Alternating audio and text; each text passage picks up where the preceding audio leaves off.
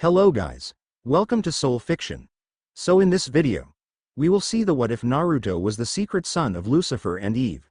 Check the summary in the description. If you enjoy these kinds of stories, don't forget to show us some love by hitting the like button and subscribing to the channel. Your support means the world to us. Now, let's dive into the story. Chapter 1. Unholy Heritage. The dream always began in flame. Naruto could feel his skin sizzling as he stood in an endless black plain. Fire licked up from the ground, dancing in shimmering pillars that hissed like living serpents. The heat never consumed him.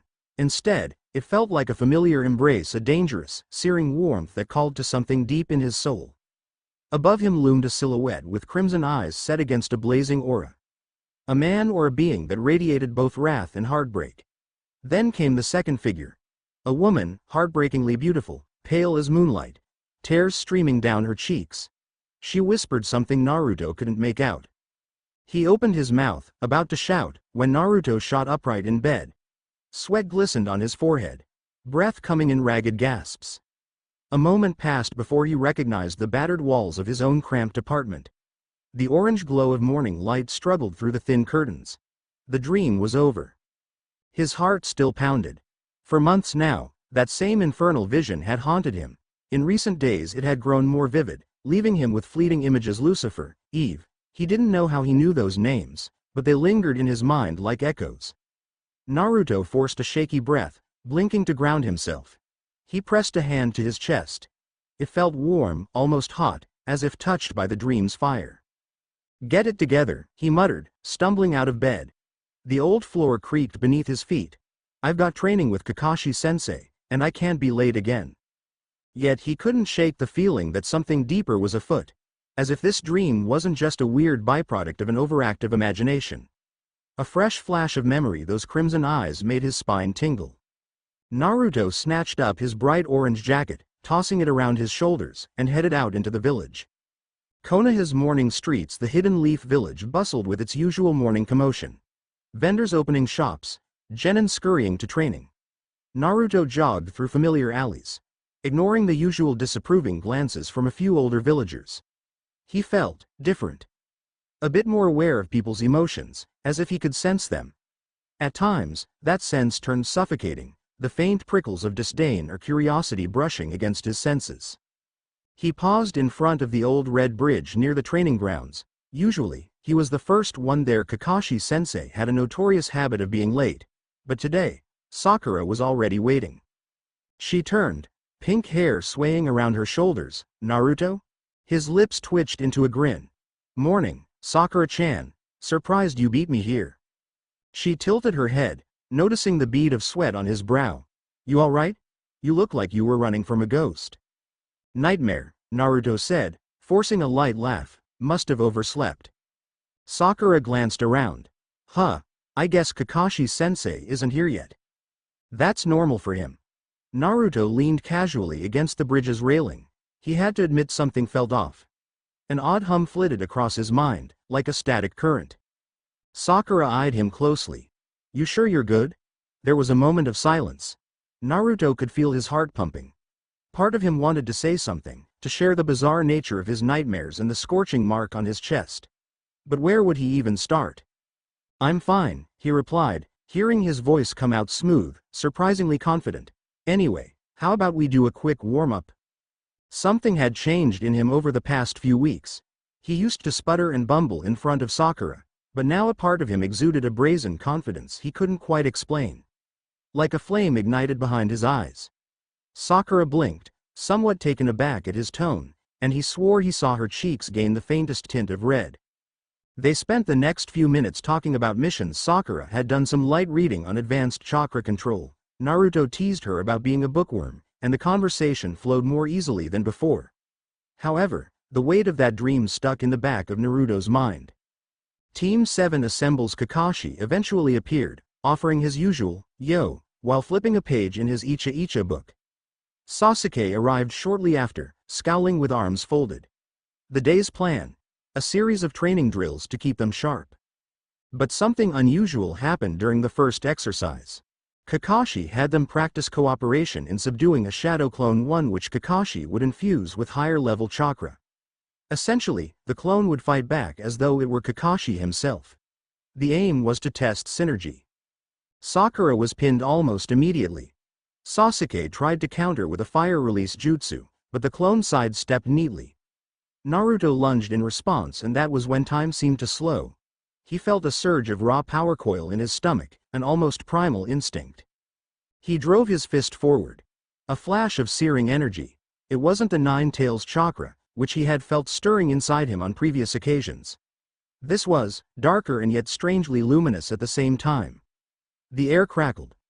A swirl of blackish flames flickered around his fingertips just for a moment, then a booming impact. Kakashi's clone vanished in a puff of shocked smoke. Kakashi himself blinked from where he perched in a nearby tree. What the? Naruto's knuckles still glowed faintly. His teammates stared, eyes wide. What was that? Sakura asked, brushing dirt from her skirt. Sasuke's brows knit together. You didn't even mold hand seals. It looked like some weird black fire. But in the swirl of dust, Naruto felt oddly calm. That flicker of power receded as quickly as it had appeared, leaving behind a strange emptiness in his chest. He flexed his hand, skin tingling. I am not sure, he managed, though inside, he felt a creeping sense of alarm. Kakashi's stare remained fixed on Naruto's hand. We'll chalk it up to an anomaly for now, but be careful. Channeling unknown chakra is dangerous. Naruto nodded, but he could already see the curiosity and worry in Kakashi's single visible eye. This wasn't just a random fluke, Naruto was sure of it. A memory of scorching fire from his dream flared in his mind. Later that afternoon, Ichiraku ramen stand. After training, Naruto felt starved. He practically sprinted to Ichiraku's, that comforting aroma of broth beckoning him. Yet, as he slurped his first mouthful of miso ramen, he couldn't stop replaying that moment. The swirl of black flame around his fist, the ease with which he destroyed Kakashi's enhanced clone.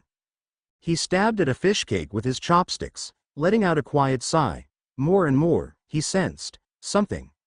It made the hairs on the back of his neck stand on end. Like an invisible presence was following him, studying him. Naruto. He turned to see Hinata standing at the entrance, fidgeting as she often did, her pale eyes glimmering. Oh, hey, Hinata, he grinned. Come on, have a seat. Hinata shyly complied, cheeks rosy as she sat down a stool away from him.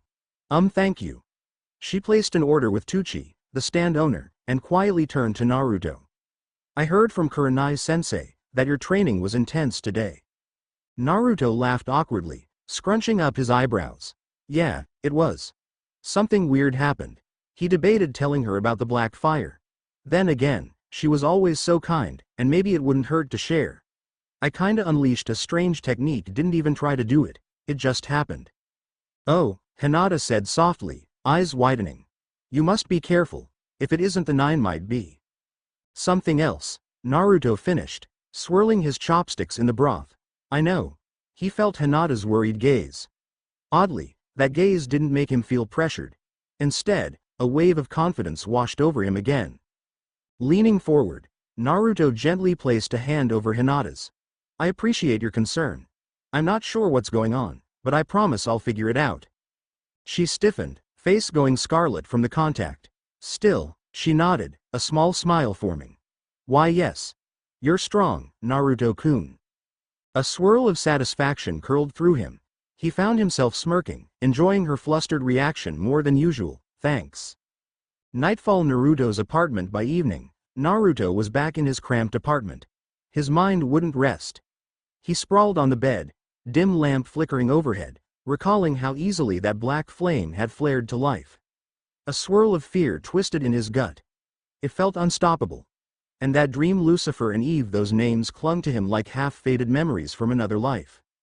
He slid to the edge of his bed and pulled off his shirt, examining the reflection in the small, cracked mirror. A faint, bruise-like marking was etched over his heart, barely visible, but there nonetheless. This morning, it had burned. Now it looked like a swirl, almost an abstract design reminiscent of black wings. He traced it with a fingertip, wincing at how sensitive his skin felt there. A sudden gust rattled his window. Naruto jerked his head around. Outside, the sky was cloudless, moonlight bathing the street. Yet he could have sworn he saw a flicker of a figure standing on a nearby rooftop. He rushed to the window, scanning the darkness. Nothing. Just paranoia, he thought. But a voice in his mind whispered that something or someone was indeed watching. Konoha's rooftops. A shadow observes high on the tiled rooftop of a distant building. A hooded figure lowered a pair of strange, lens-like devices from their eyes. Beneath the cowl, an unsettling grin spread across the watcher's lips. So the rumors are true, the figure muttered, voice unnaturally low. He carries the blood of the fallen star. They stepped back into the shadows, disappearing into the night. The next day, training field Kakashi announced that Team 7 would be working on advanced taijutsu drills. Naruto's shoulders tensed. He dreaded the moment that Black Flame might resurface. Would Kakashi demand an explanation? The group lined up: Sakura, Sasuke, and Naruto. The sensei gave them each a wooden training dummy to practice on, instructing them to refine their speed and precision. Naruto delivered a series of kicks, fists, and elbows. He tried to keep his chakra flow stable, not wanting to accidentally unleash that strange power again. In the corner of his eye, he saw Sasuke glancing at him. The Uchiha wore a scowl, as usual. But behind that, curiosity burned in his eyes. No doubt Sasuke was trying to figure out how Naruto had accessed such a dangerous technique. The tension between them had always been there, but Naruto felt something else too, a creeping sense of competition. Strangely, instead of feeling annoyed or inferior, Naruto felt a rush of amusement. His confidence soared in the face of Sasuke's suspicion. Sakura approached, wiping sweat from her brow. Naruto, are you feeling okay? You're more focused than usual. Her eyes lingered on him, searching. And that power from yesterday? He shrugged, letting out a small, cocky grin. I'm unstoppable, right? She frowned. Don't joke. This could be serious. A flicker of tension in the air. He recognized she was just worried, but he couldn't resist leaning into that new sense of self-assuredness. I appreciate the concern, Sakura-chan. But trust me, I can handle it. She opened her mouth, likely about to scold him for his bravado, but closed it again as Kakashi called them over for the next drill. Naruto caught the faintest flush on her cheeks. Perhaps the change in his demeanor wasn't going unnoticed. Evening training field, one-on-one with Kakashi. After the group session, Kakashi asked Naruto to stay behind. Once Sasuke and Sakura left, the silver-haired Jonin perched atop a fence post, arms crossed. Look, Naruto, Kakashi began, tone serious, I can't pretend not to notice the surge in your chakra these past few days. Is it the Nine Tails again? Naruto shook his head. No, it's different. It doesn't even feel like chakra. He paused, wondering how much he should say. I've been having these dreams. Nightmares, really. About a man with fire in his eyes and a woman. A woman? She feels ancient. She's always sad, but strong. I don't know their names. Naruto swallowed. It's like I can feel them calling me. Kakashi's visible eye narrowed. I see. He hopped down, placing a reassuring hand on Naruto's shoulder. Sometimes, when shinobi come into contact with powerful entities, it leaves traces. I'm not saying that's what this is, but we should be cautious. Naruto felt a mixture of relief and annoyance. So what do I do? For now, be mindful. If that power flares again, try to remember exactly how it feels. We might glean some insight from analyzing it. Kakashi paused, lifting his gaze to the fading horizon. There are legends beyond the tailed beasts, myths of otherworldly beings. It could be something related to that. Naruto tried not to show how much that remark spooked him. Right, thanks, Kakashi-sensei. As he walked away, Naruto's mind raced. Was it possible that these otherworldly beings were connected to that name Lucifer, a name that lingered in his subconscious since the dream? The thought made his skin prickle with dread and anticipation. Late-night streets of Konoha. Naruto found himself wandering, unable to sleep. He headed down a quieter lane, passing shuttered shops. A part of him just wanted some air, away from watchful eyes. His footsteps echoed on the stone walkway. A sudden rustle made him spin. He glimpsed a flash of blonde hair ducking behind a corner. Instinct flaring, Naruto dashed forward. He turned the corner, nothing. Then a soft voice behind him. Naruto? He nearly jumped out of his skin, pivoting to see Ino Yamanaka standing there, arms folded, looking somewhat guilty. "Ino," he said, letting out a breath, "why are you sneaking around?" She feigned offense. "I wasn't sneaking. She brushed a lock of hair back. "I saw you wandering and got curious. I might have overheard you talking about weird dreams at the training grounds earlier." Naruto's eyes narrowed. "You were eavesdropping?" "Let's call it investigating," she replied loftily. Then her gaze softened. "But for real, you seem different these days. Stronger. More cocky." Naruto felt a strange flutter of satisfaction. "That's how it looks." "Yeah. But not necessarily in a bad way."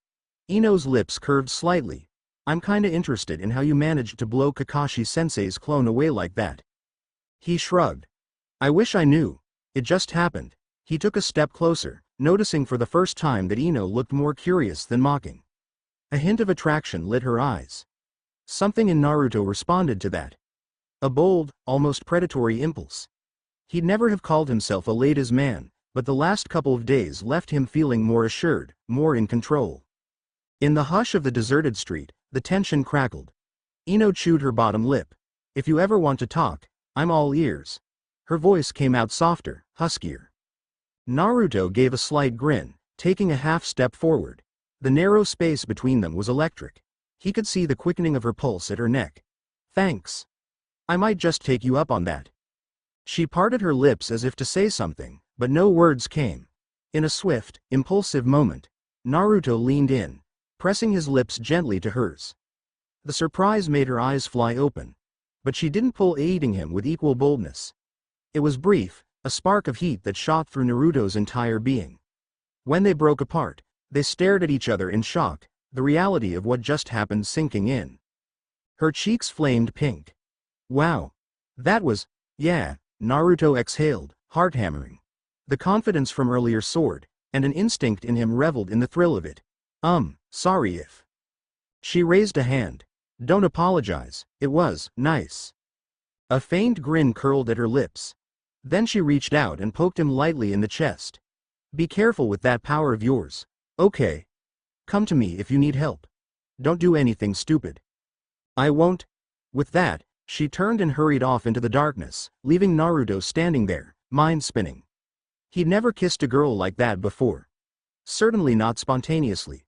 Part of him wondered if he'd lost his mind. But another part was elated, alive. In the distance, a faint rumble of thunder rolled, though the skies were clear. Naruto felt that same swirl in his chest. The mark burned faintly. Something about that kiss made him feel stronger. Dreams return. He was in the fiery plain again, except this time, the silhouettes were more defined. The man's wings spread wide, dark, majestic, crafted of black fire and swirling embers. The woman stood by his side, a tear slipping down her cheek. Naruto could see the sorrow etched in her delicate features. "It has begun," she whispered. Her voice resonated in Naruto's mind. "The seal is weakening. You must remember who you are." Naruto felt the black flames swirl around his arms and found he could move in this dream like never before. He stepped forward, daring to speak. "Who am I?" The man turned. Naruto's breath caught in his throat. The figure had a face reminiscent of a fallen angel, a terrifying beauty that enthralled and repulsed at the same time. Fire glimmered in his eyes. "My child," the man rumbled. "You are the blood of Lucifer, the scion of Eve." He raised a flaming hand toward Naruto. "And your destiny is to reshape the realms." A deafening roar of flame consumed everything. Naruto lurched upright, gasping, sweat pouring down his face. His heart pounded so hard he thought it might explode. The words echoed in his mind. "You are the blood of Lucifer, the scion of Eve." For a moment, everything felt dizzy. Then adrenaline flooded him, intensifying each sensation. The black swirl over his heart throbbed. He wanted answers. No, he needed answers, immediately. Early morning, the Hokage's office. Despite the hour, Naruto was determined to speak with the Hokage. At this point in time, it was the third Hokage, Hiruzen Sarutobi, though rumors circulated that Tsunade might be returning soon. Naruto didn't care about the politics. He just needed someone with knowledge of legends beyond the tailed beasts. He marched up to the office, brazenly ignoring the confused protests of the Chunin guard at the door. "Naruto, What are you doing here so early? Hiruzen asked, looking somewhat bleary-eyed. A steaming cup of tea rested near his elbow. Naruto swallowed. Old man, sorry, Hokage-sama. I need to ask about something. He hesitated, glancing around. There were a couple of Enbu perched in the corners. Naruto felt exposed. Hiruzen waved off the Anbu with a tired sigh. That's enough. Let's have some privacy. Once they were gone, Naruto spilled everything in a rush. The nightmares, the black flames, the faint marking on his chest, and the repeated names of Lucifer and Eve echoing in his mind. Throughout his tale, Hiruzen's expression turned increasingly grave. I've never heard of any direct contact with individuals named Lucifer or Eve, the Hokage began carefully. But there are ancient scrolls that speak of entities beyond our realm. Angels, devils, powers from before the Sage of Six Paths. Most consider them myths or cautionary tales. Naruto's jaw clenched. But it's not a myth for me, it's happening. Hiruzen's eyes flicked to the window, scanning the pale morning sky. I believe you. And I suspect your father's identity might be, well, not Minato. Or if Minato was involved, there could be a deeper story. He rubbed his temples. Naruto, for now, keep this to yourself. We don't want panic. I'll look into the archives for any record that might help. Naruto's mind reeled. Not Minato, then who? Why me? The questions hammered at him, but he nodded, forcing composure. All right. Thank you, Hokage-sama. He left, heart heavy, mind swirling. But there was a spark in him that refused to be extinguished. If no one in the village could explain it, he'd find his own answers. He wasn't a clueless kid anymore. Later that day, Training Ground 3, Naruto hovered at the perimeter, quietly watching other teams train. His gut churned with indecision. Who else could he talk to about devilish ancestry? About literal angels and demons?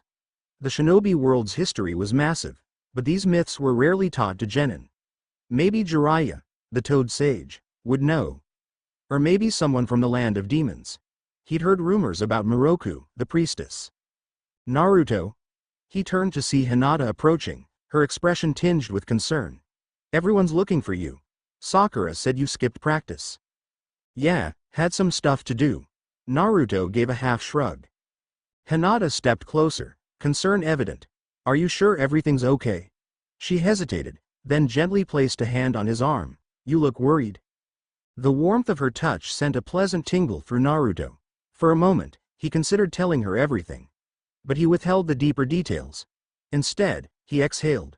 Just gotta figure some things out. Then he forced a smile, turning the conversation around. Wanna spar? I could use the distraction. Hinata looked flustered but nodded. All right, but be gentle. Gentle? No way, he teased, though a grin tugged at his lips. You better give me your best shot. They moved to a small clearing. Hinata activated her Byakugan, veins bulging at her temples.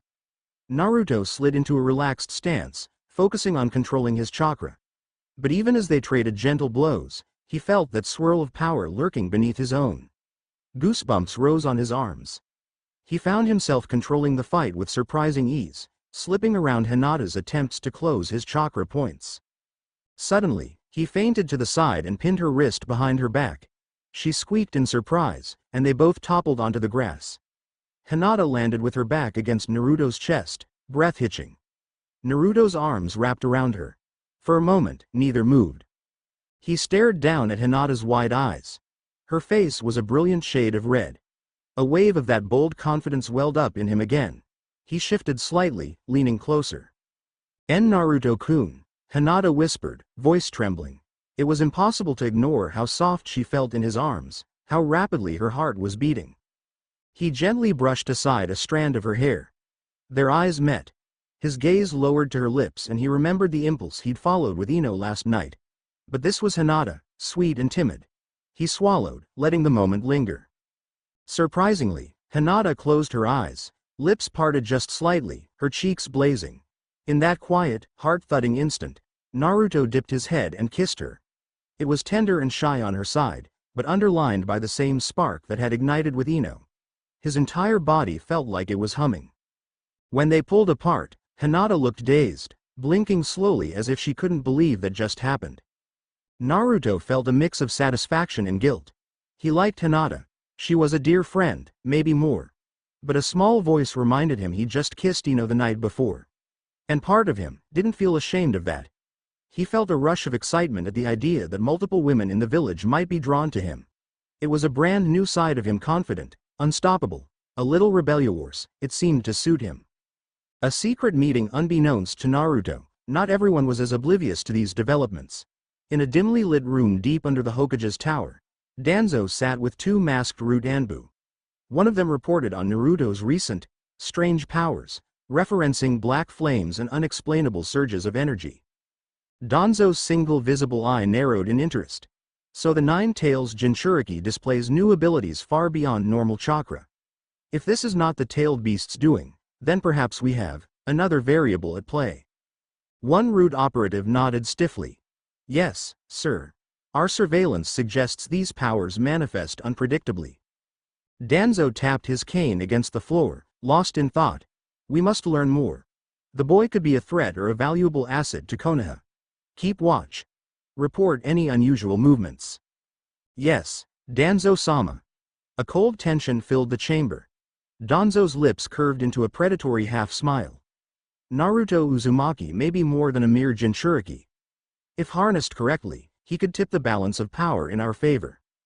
Midnight Naruto's apartment. Despite the kisses, the training, and the confusion, Naruto's day ended the same way it began. With the dream. Tonight, however, it came swiftly. The moment he closed his eyes, he was back in the world of flames. This time, he took a step forward without hesitation. The male figure, Lucifer, turned. In the flickering fire, Naruto caught glimpses of sculpted features and black wings that seemed carved from shadows. The woman Eve moved closer, her eyes brimming with sorrow and hope.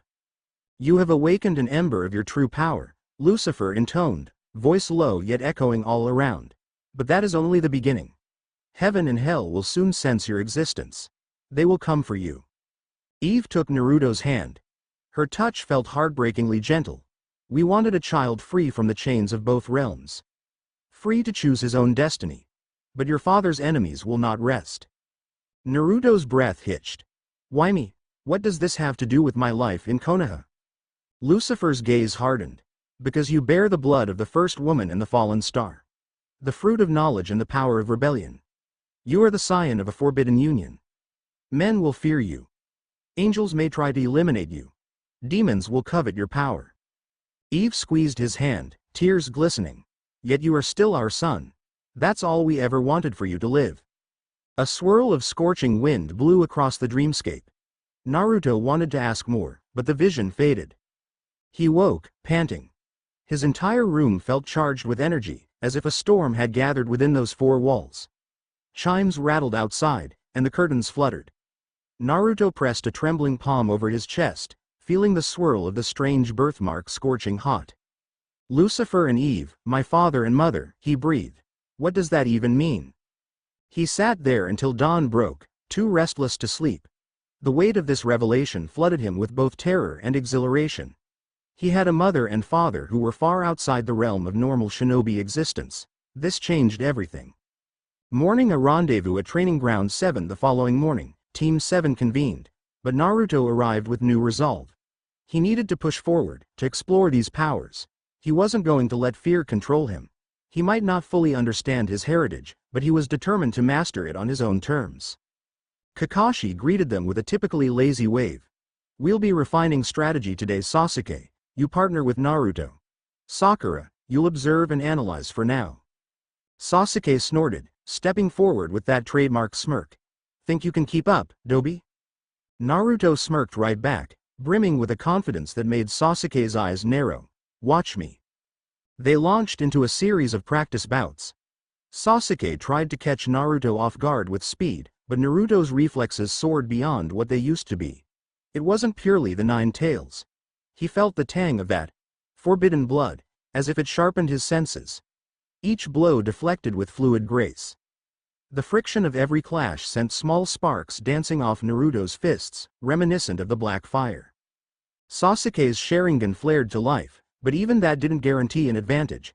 Naruto found himself anticipating Sasuke's movements, weaving around his strikes in near silence. The onlookers Kakashi and Sakura stared in disbelief at Naruto's newfound agility and unwavering composure. With a final burst of speed, Naruto landed a blow that sent Sasuke skidding back. The Uchiha glared, wiping a trickle of blood from the corner of his mouth. Naruto came to a halt, chest rising and falling with adrenaline. He offered no gloating comment, just the cold, steady calm of someone in control. The shift in his attitude was obvious to everyone. Sakura approached tentatively. "Naruto, you were amazing," she admitted, looking torn between admiration and worry. "But that aura around you, it was intense. Almost gave me chills." Naruto forced a grin, letting the tension seep from his shoulders. "Guess I've improved a bit, yeah?" Kakashi studied him, concern hidden behind that mask of his. "We'll talk later," was all he said. Unseen eyes, rising tensions out of sight, a pair of dark-clothed individuals observed the session. One carried a messenger scroll, the other wore the attire of a foreign shinobi. They exchanged whispers. "He grows stronger," one said. "We must report back immediately." They vanished without a trace, leaving behind only a swirl of leaves. That evening, a chance encounter with Temari later, Naruto found himself strolling the village streets again, hoping to quiet his racing mind. He paused at a small dumpling shop, and to his surprise, he noticed a familiar face leaning against the entrance. It was Temari of the Sand, in Konoha for some diplomatic reason. She raised an eyebrow as he approached. "Hey, Naruto, right?" He flashed a grin. "Yep. Surprised to see you here. Miss Suna's local cuisine?" She shrugged, arms folded. "Figured I'd try something new. Dumplings aren't half bad." Naruto stepped closer, feeling that confident urge bubble up once more. "Care if I join you?" She eyed him coolly, a hint of a smirk on her lips. "Suit yourself." They ended up chatting inside, both leaning at a small table while sampling skewered dango. Temari was direct, occasionally biting in her remarks, but Naruto found it refreshing. And though her eyes were sharp, he sensed a flicker of curiosity in the way she assessed him.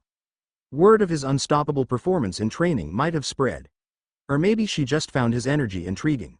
Either way, Naruto didn't mind the attention. If anything, he reveled in it. "So, rumor says you've got some crazy new powers," Temari said bluntly. "Mind telling me about it?" Naruto grinned, leaning back. "Word travels fast. Let's just say I'm leveling up. Suna better watch out if you guys ever think about messing with Konoha again." A laugh escaped her. "Bold words, Uzumaki. But I'm not complaining. I like a guy with confidence." Something about that statement and the way her gaze flickered over him lit a spark in his gut. He found himself leaning across the small table. "Then you might like me a lot," he teased, voice lowered. For a beat, Temari looked startled, then a slow, challenging grin tugged at her lips. "You've definitely changed since the Chunin exams." "It's been a weird time," Naruto admitted. His eyes slid to her lips, then back up. "Care to find out how weird?" She arched an eyebrow. "You're not subtle, are you?"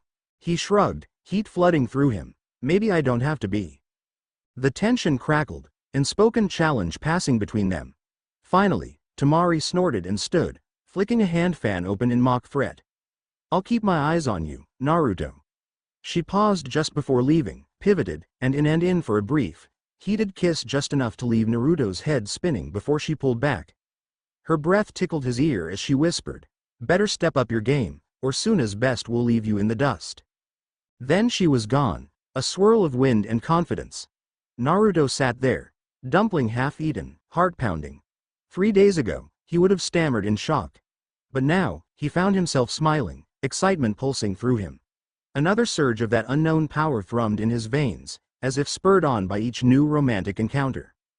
Nighttime revelation. Back at his apartment, Naruto locked the door and stared at his reflection in the mirror. The swirl mark on his chest looked darker tonight, more defined. He peeled off his shirt to examine it. Traces of black flame seemed to shimmer around the edges, flickering away the moment he tried to look directly at them. He recalled the dream again, Lucifer calling him "my child." Eve gently telling him you were free. The thought both terrified and exhilarated him. He was Naruto Uzumaki, but also something beyond. A son of Lucifer and Eve, if the dream was to be believed.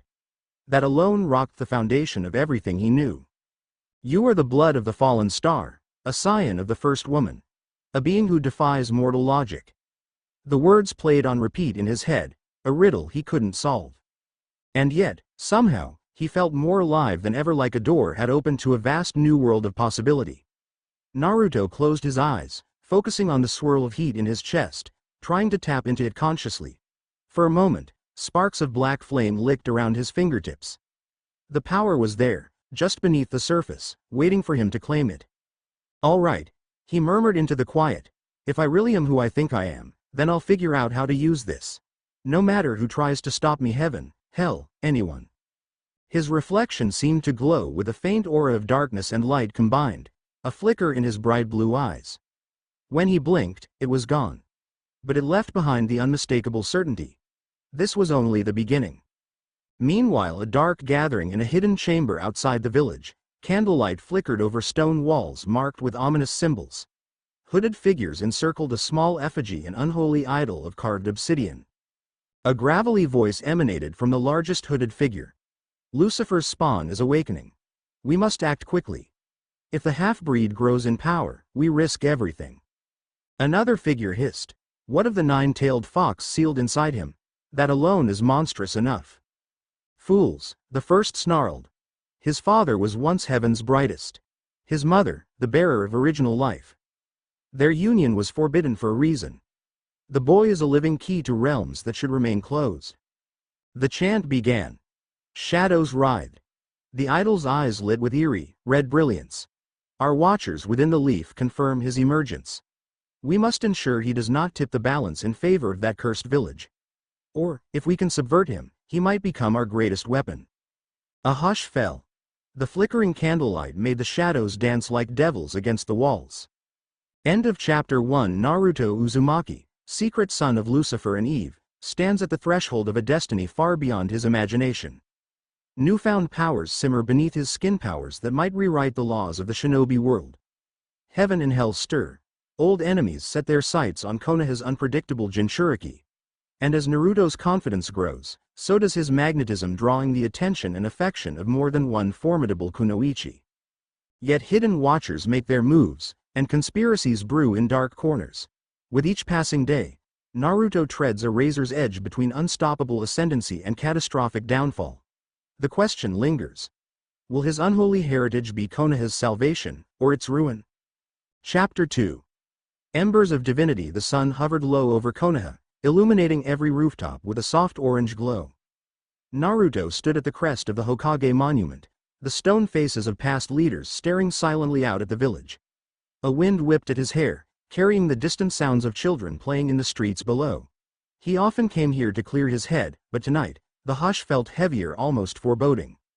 A swirl of black flame flickered across his knuckles, there one instant and gone the next. He exhaled, remembering how that very power had flared unpredictably in the last few days. The dream persisted, offering cryptic hints of a lineage tied to Lucifer and Eve. Even the third Hokage had recognized something big was happening. Danzo and his root agents were sniffing around.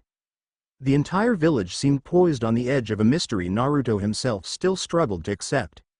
He pulled himself from his reverie, turning to leap down the cliff face with practiced ease. His sandals scraped stone, sending pebbles scattering, but he landed smoothly. One more hop, and he was on the winding path that led back into the heart of Konoha. He had no concrete plan for the evening. A part of him wanted to bury himself in training until exhaustion set in.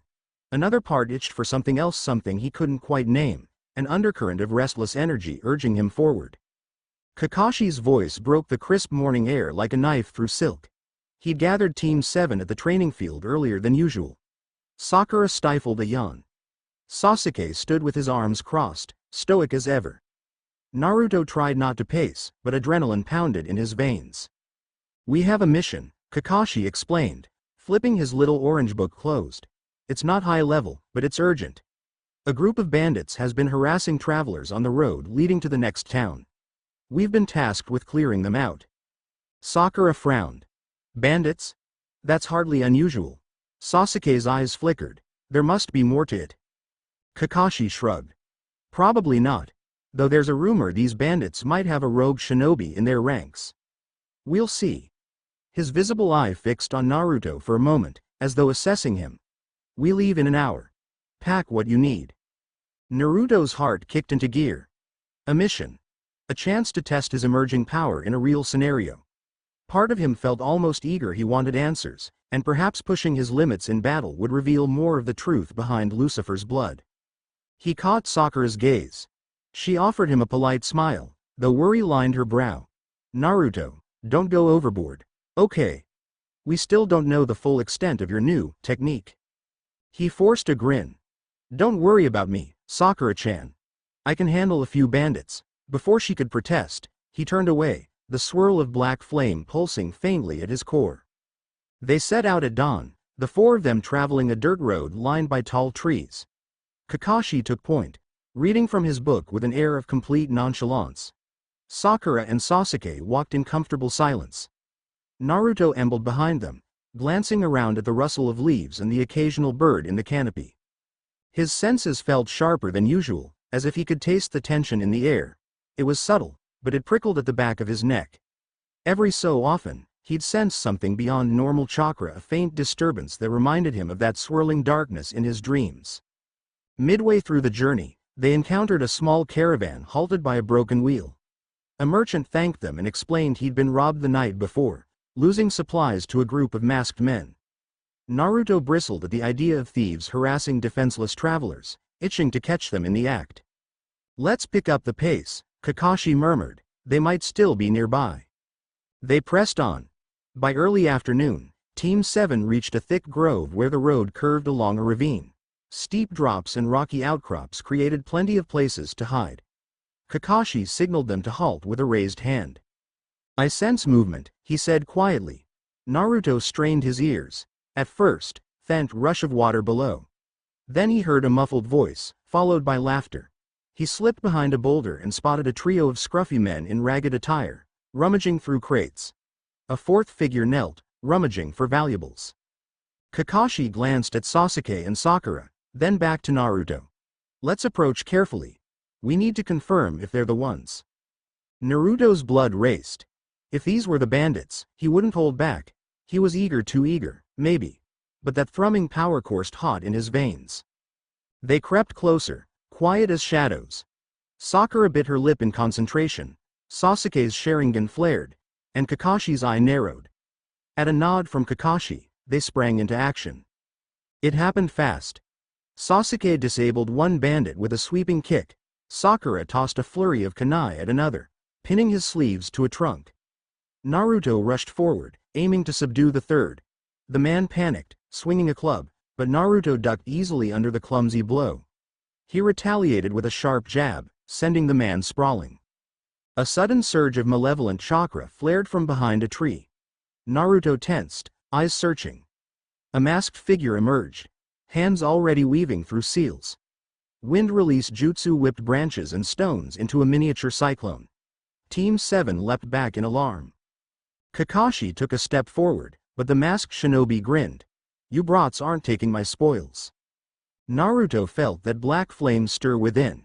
He sidestepped the swirling debris, raising his arms to protect his face.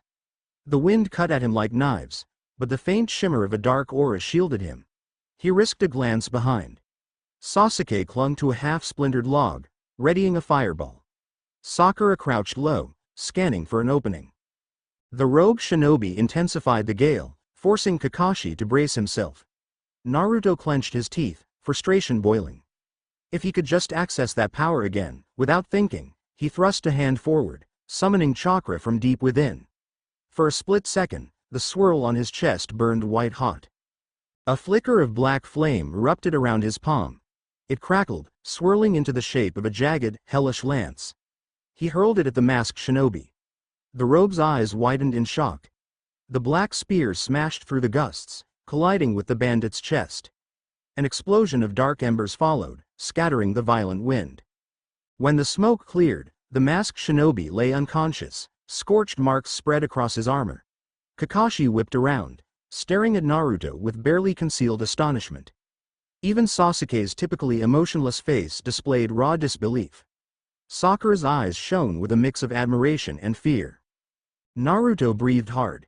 His arm tingled with residual heat from the black flame. The power had come more easily than ever this time, responding to his will like a living thing. He felt heady, almost intoxicated by the rush of it.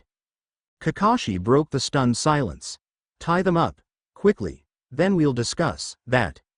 They bound the bandits with ninja wire, leaving them secured for local authorities.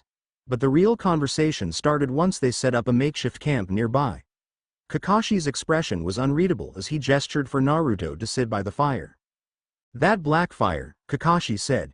It's not the nine tails. Your chakra signature was completely different. We need to figure out what's going on with you, Naruto. Naruto shifted. I don't really understand it either, but it's been growing stronger. It feels like a separate power that just flows out when I want to fight. Sasuke eyed Naruto suspiciously. Where does it come from? Naruto swallowed. He didn't want to spill everything about Lucifer and Eve in front of Sasuke and Sakura, not yet. The memory of the third Hokage's warning flickered through his mind. There'd be panic if everyone knew. I'm not sure, he said quietly. It's like these nightmares I've been having are fueling it.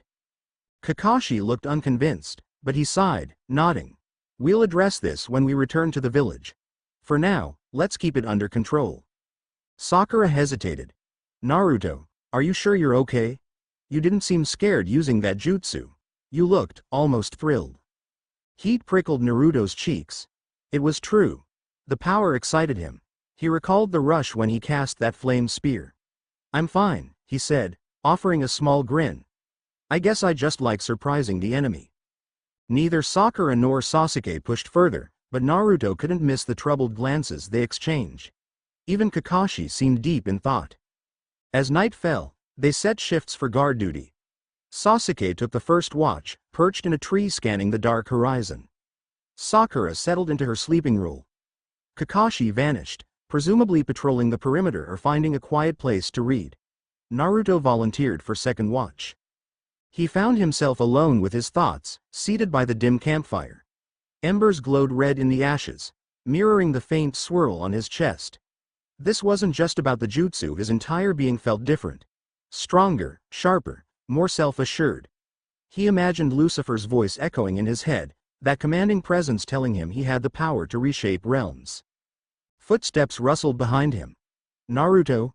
He turned to see Sakura hugging her arms around herself. She gave a shy smile, settling beside him by the fire. I couldn't sleep. Too much on my mind. Sorry, he murmured. I know this is weird for everyone. She gazed into the flames. Weird or not, you're still Naruto. Just changed. More confident, definitely stronger. She paused, then looked at him, eyes uncertain. Is everything else all right? You've seemed distant. A jolt of warmth spread through him. Sakura rarely opened up like this. He shrugged lightly, feigning ease. It's hard to explain. Sometimes, I feel like there's a huge storm inside me. At first, it was scary, but now, he hesitated, searching for the right words. It's like I'm not afraid of what I can do. I want to push it further. Sakura's gaze flicked down to his hands. Just, don't lose yourself. She looked up, pink hair falling around her face. I care about you, you know.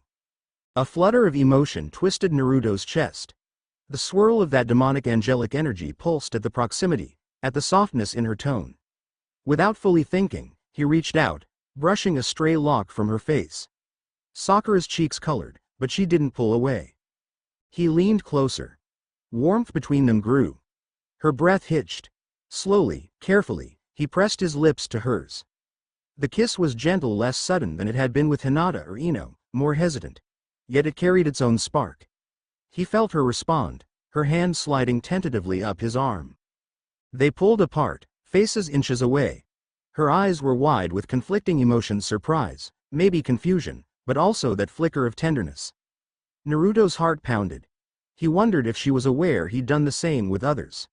A pang of guilt prodded him, but it was overshadowed by the thrill of the moment. She exhaled, shaky. Naruto, he mustered a small smile, heart racing. I'm still me, Sakura-chan. She swallowed, then stood quickly, flustered. I'm going to try to sleep now. Without waiting for him to respond, she hurried to her bedroll, leaving Naruto with his head spinning.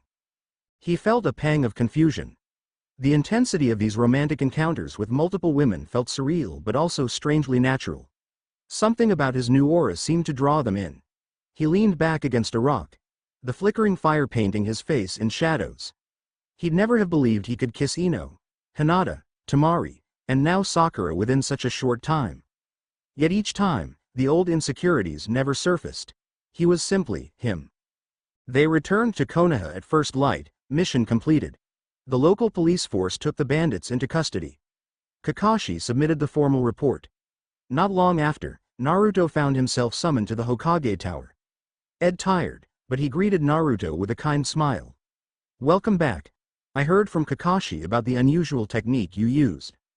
Naruto braced himself. "Yeah." The Hokage's eyes flicked to a set of old scrolls spread across the desk. The musty parchment smelled of ancient ink and secrets. "I've been searching for references to beings beyond our usual shinobi lore," he explained quietly. "Most of what I've found is fragmentary. Mentions of a morning star who fell from grace. Legends of a first woman cursed to wander. It's all couched in religious myth." Naruto swallowed hard. "So, it's true, then. My dreams about Lucifer and Eve might be real?" Hiruzen studied him. "I can't say for certain. But there are references to a forbidden child, said to walk between realms. A child with powers beyond mortal understanding." He paused, expression grave. "Naruto, if you truly bear such a lineage, it could shake our world. We must remain cautious." Anger flared in Naruto, a protective urge to shield the people he cared for. "I won't hurt anyone," he said. "I just want to understand who I am." Hiruzen nodded. "I believe you. But I also know others may fear you. Danzo's interest, for one, won't be harmless. And beyond Konoha, there are forces who might see you as a threat or a weapon." Naruto stood straighter. "I won't let them use me." The Hokage offered a faint smile. "I expected no less. For now, continue your usual routines. I'll keep researching. When I have more information, I'll share it." Naruto bowed his head slightly and left, mind a whirl of thoughts. He felt both anxious and strangely liberated. At least now he knew there was some historical precedent for his nightmare visions. He wasn't losing his mind, he just needed answers. Later that day, Naruto wandered into the village, seeking some semblance of normalcy. Familiar sights greeted him. The ramen stand, the weapon shops, the flower store. He paused, thinking of Ino. Their heated kiss still lingered in his memory. And what of Hinata's gentle affection? Or Temari's bold challenge? Sakura's shy acceptance? He never considered himself a playboy, yet these connections had blossomed without him trying. Or maybe he had tried, in a way. Part of him wondered if it was selfish to indulge them all. Another part whispered that something in his blood, his demonic angelic heritage, drew people in like moths to a flame. He shook the thought off and ducked into Ichiraku's. The comforting aroma of broth greeted him. He gave Tucci a nod, ordered his usual. While he waited, he watched the passers-by outside. Regular villagers, hustling about their day, unaware of the cosmic drama unfolding within him. A sudden presence behind him made him tense. "Hey, Naruto." He turned to see Ino, arms folded, wearing a playful smirk. "Ino, what's up?" She slid onto the stool next to him. "Heard you were on a mission. How'd it go?" He shrugged, trying to sound casual. "Fine, just some bandits." Her eyes sparkled. "I heard rumors you did something insane. Like, a black flame attack?" He winced. News did travel fast. Word sure gets around. She leaned closer, voice dropping. "You've got people talking. Everyone's curious, some are scared, some are impressed." She watched his face. "You're not worried?" Naruto inhaled, choosing his words carefully. "A little. But I can't hide it forever. It's who I am now. I'll make it work." Ino's gaze flicked to his lips, a faint blush dusting her cheeks. "I like seeing you so sure of yourself," she said softly. "It's sexy." A jolt of warmth ran through him. She was close enough that he could smell the faint floral scent of her hair. The memory of their last kiss returned in vivid detail. He let a grin form. "Let's just say I'm feeling good these days." She reached out and rested a hand on his thigh under the counter, a small gesture that sent his pulse racing. He hadn't expected such boldness in public, but the stand was relatively empty, and Tucci was focused on cooking. Naruto decided to push his luck, leaning in until his mouth brushed against her ear. "I was thinking," he murmured, voice low enough that only she could hear, "we should talk more somewhere private. She gave a little shiver, lips curving. I might be free tonight. Their covert exchange was cut short when Tucci set a bowl of ramen before them. Ino pulled back, an amused glint in her eyes. Naruto tried to eat, but his appetite for food had stiff competition from the sudden spike of adrenaline thrumming through him. That night, after the bustle of the day died down, Naruto found himself weighing in a secluded training field near the outskirts of the village. Stars shimmered overhead, and a warm breeze rustled the tall grass. He'd sent a small note to Ino, telling her he'd be here if she wanted to meet. Sure enough, she appeared, stepping into the clearing with a confident stride. Moonlight brushed across her hair, giving it a pale glow. They locked eyes, and neither said a word as she approached. When she was close enough, he reached out, gently taking her hand. She interlaced her fingers with his. They stood there in silence for a moment, listening to crickets in the distance. She spoke first, voice quiet. I can feel your heartbeat, it's so fast. He let out a low laugh. Might be a side effect of seeing you. Her gaze turned serious. You're different now, like a blazing star no one can ignore. And I get it. I'm not the only girl who's noticed. A tinge of jealousy touched her words, but she didn't shy away from it. Naruto caught her chin, making her look at him. I don't want to lie, he said. Things have been happening fast, but you matter to me. She studied his expression, then breathed out slowly, as if making a decision. Then I guess we'll see where this goes. In the hush of the moonlit field, they closed the distance between them. Lips met in a heated kiss that quickly spiraled into something deeper. His hand slid around her waist, pulling her flush against him. She moaned softly, tangling her fingers in his hair. The intensity spiked, her chakra felt bright and electric, mixing with the roiling darkness and light within him. He could sense how his demonic-laced aura fed off this moment, heightening sensation. When they finally pulled back for air, her cheeks were pink, her breathing ragged. This is crazy, she whispered. But I don't want to stop. He cupped her face. We won't stop, unless you want to. She shook her head emphatically. No, just don't keep me in the dark, okay? He nodded, pressing his forehead to hers. I promise. They stayed there, making out beneath the stars, lost in the rush of desire. He felt that same powerful, almost addictive current fueling each shared breath. A hidden part of him reveled in it, recognized it as part of his new reality, a magnetic pull that made those close to him burn hotter, want more. After Ino left, Naruto found it hard to sleep. Instead, he roamed the quiet village, hood of his jacket pulled up to keep a low profile.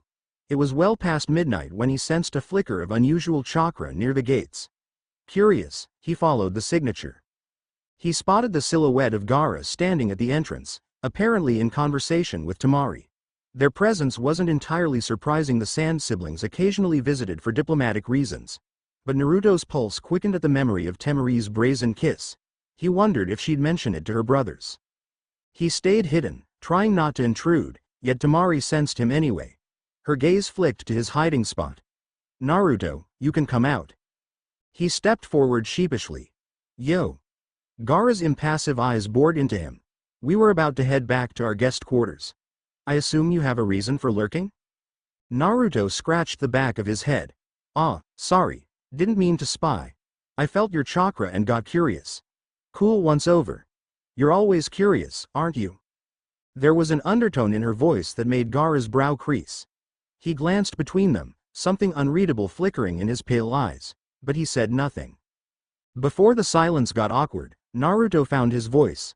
I wanted to ask how long you'll be staying. Gaara answered bluntly, 2 days. Then we return to Suna. Temari rested a hand on her hip. We have some joint training tomorrow with a few Jonin. You could watch if you'd like. Naruto nodded. Sure. Might learn something new. She shrugged. Or you might show off more of that new power of yours. Word travels. There was a faint challenge in her tone, like she wanted to see it up close again. Gaara's gaze flicked to Naruto, measuring. Everyone in the village is talking about your mysterious chakra. Some are cautious. I know, Naruto replied quietly. He thought of the bandit's shocked expression earlier that day. I'm just figuring it out. Temari nodded and then offered a small, almost teasing smile that only Naruto caught. He felt his stomach flutter, remembering the night at the dango shop. The tension grew for a heartbeat until Gaara spoke again. "I'm going inside," he announced, turning away. "Temari, don't stay out too late." She rolled her eyes. "Yes, mother." Gaara didn't dignify that with a response. He just walked off, leaving the two of them alone under the moonlit sky. Naruto shoved his hands in his pockets. "So, about that training tomorrow?" Temari stepped closer, an amused tilt to her lips. "Don't think I forgot our last conversation. Or that quick little lip lock you gave me." He snorted. "Actually, you kissed me first. I believe your parting words were something about stepping up my game." A faint blush teased her cheeks, though she masked it well with a cocky tilt of her head. "Well, maybe I'm reminding you not to get complacent." He smirked, stepping closer, drawn by her confidence. She didn't back down. Their eyes locked. He saw the curve of her lips, and he leaned in. This time, their kiss was slow and deliberate. Temari's arms slid around his shoulders, and she let out a small, satisfied hum. The raw energy of their clashing auras danced, wind stirring around their feet as if responding to her nature and his uncanny demonic-laced power. When they broke apart, she exhaled, sounding almost breathless. "You really are different these days, Naruto." He pressed a hand against her hip. "Guess you bring it out in me." She chuckled, stepping back.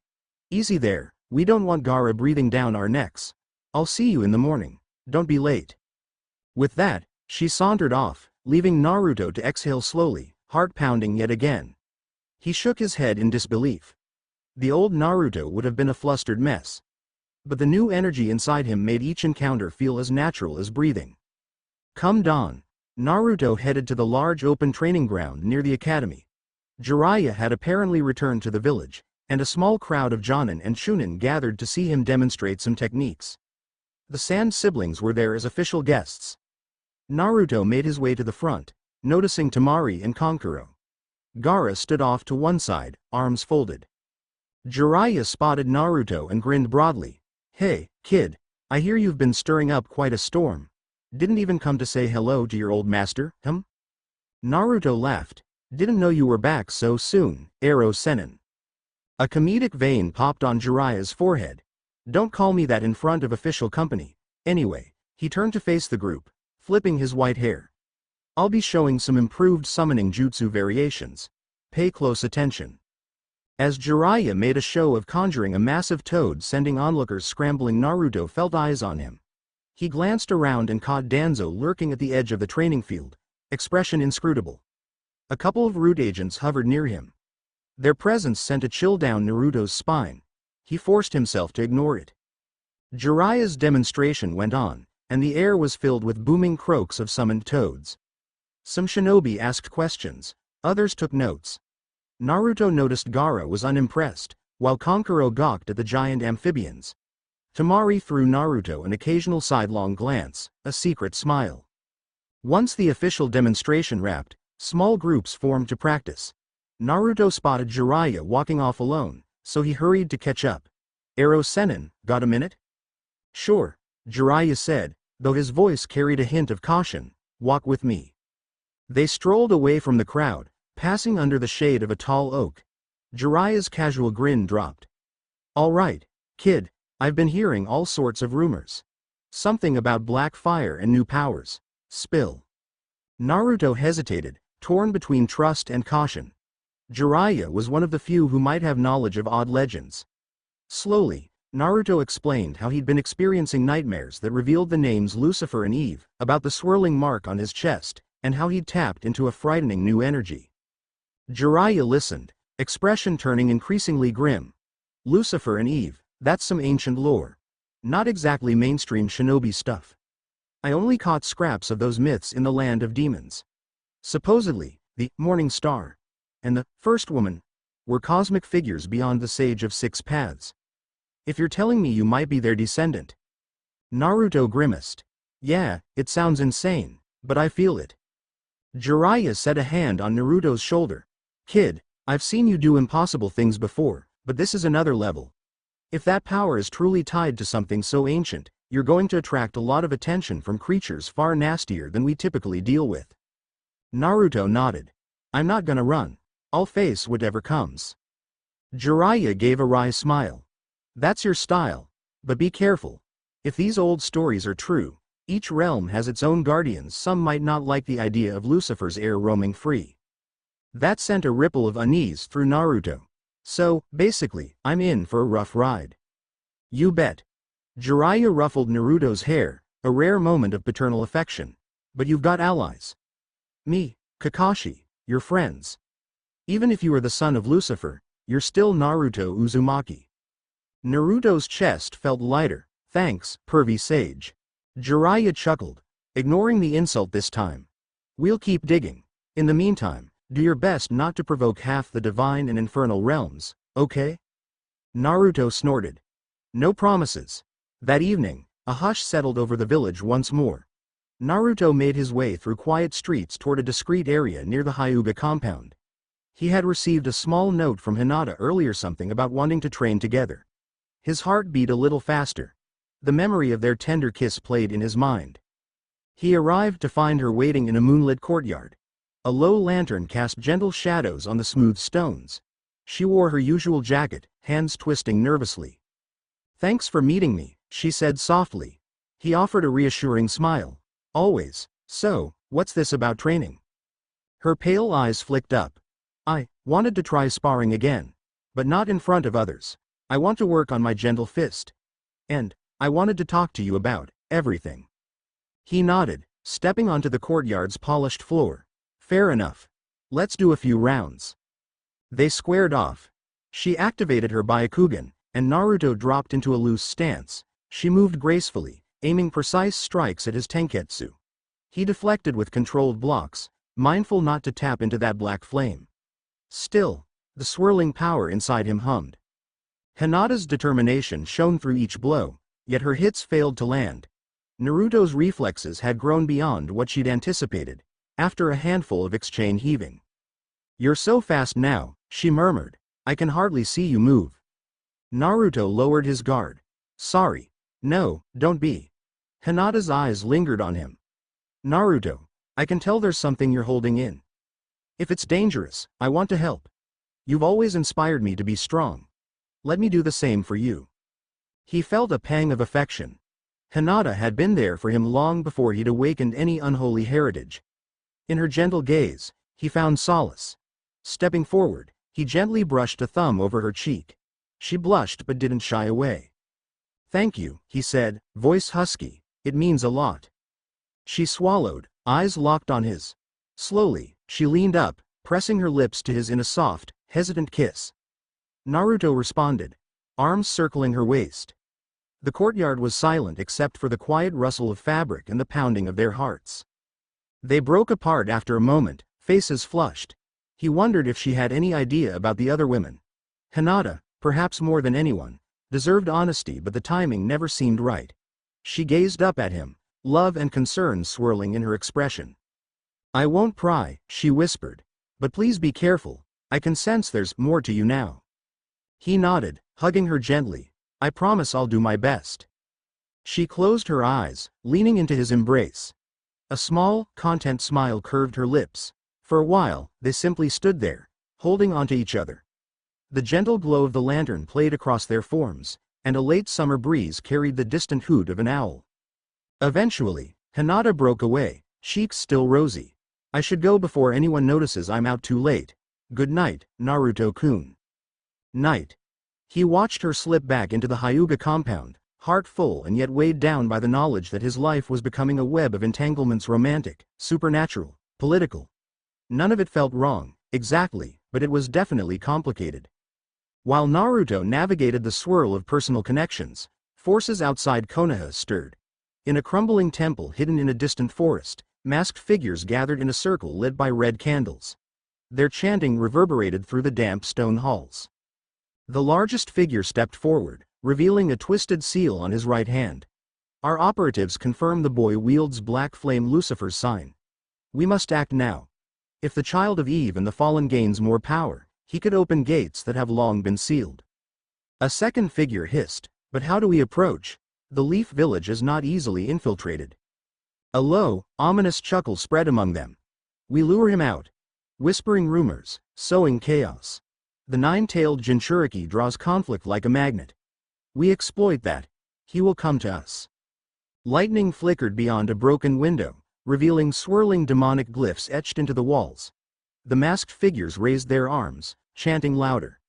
Dark energy pulsed in time with their voices, painting the scene in lurid shadows.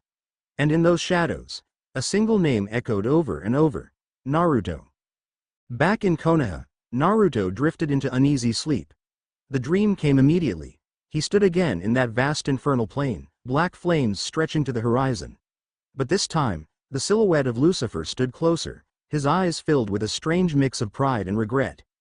Eve lingered just behind him, her sorrowful expression softened by hope. "My son," Lucifer's voice rumbled, "the realms begin to stir. Your power calls to them." Naruto struggled to speak. "What do you want from me?" "Want?" Lucifer's laughter was tinged with sorrow.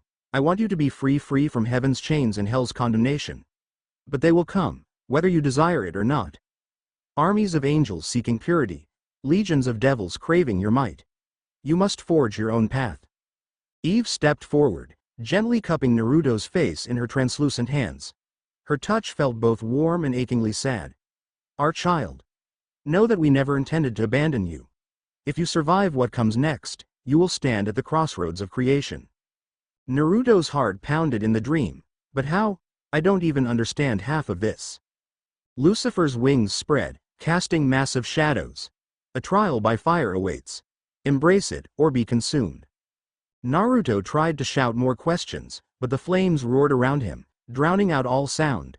The world ignited, leaving him gasping for air. He woke in a cold sweat, the swirl on his chest throbbing like a heartbeat. Morning light seeped through the window. His mind reeled with the weight of the dream's warning. A trial by fire, forces converging on him from every side. He closed his eyes, inhaling deeply. If that was his destiny, he would face it head-on. He was Naruto Uzumaki. After all, nobody would decide his path for him. Kakashi called Team 7 together for a new assignment. The tension was palpable as they assembled at the village gates. This time, the mission came from the daimyo's retinue, some urgent request for reinforcement in a border dispute. Naruto noticed how carefully Kakashi watched him, how Sakura stuck close, and how Sasuke eyed him with a mix of skepticism and curiosity. Before they departed, Hinata appeared, offering Naruto a shy farewell. In the distance, Ino waved from behind her family's flower stall. He nodded back. Temari was likely in the village center, but their missions wouldn't overlap. Nonetheless, he felt her presence somewhere in Konoha. He wondered about the implications of being so entwined with multiple women. But there was no time to dwell on it now. Duty called. They left the gates at speed, bounding along forest paths. Sakura asked questions about the nature of the border dispute, but Kakashi only had partial details. Sasuke remained silent.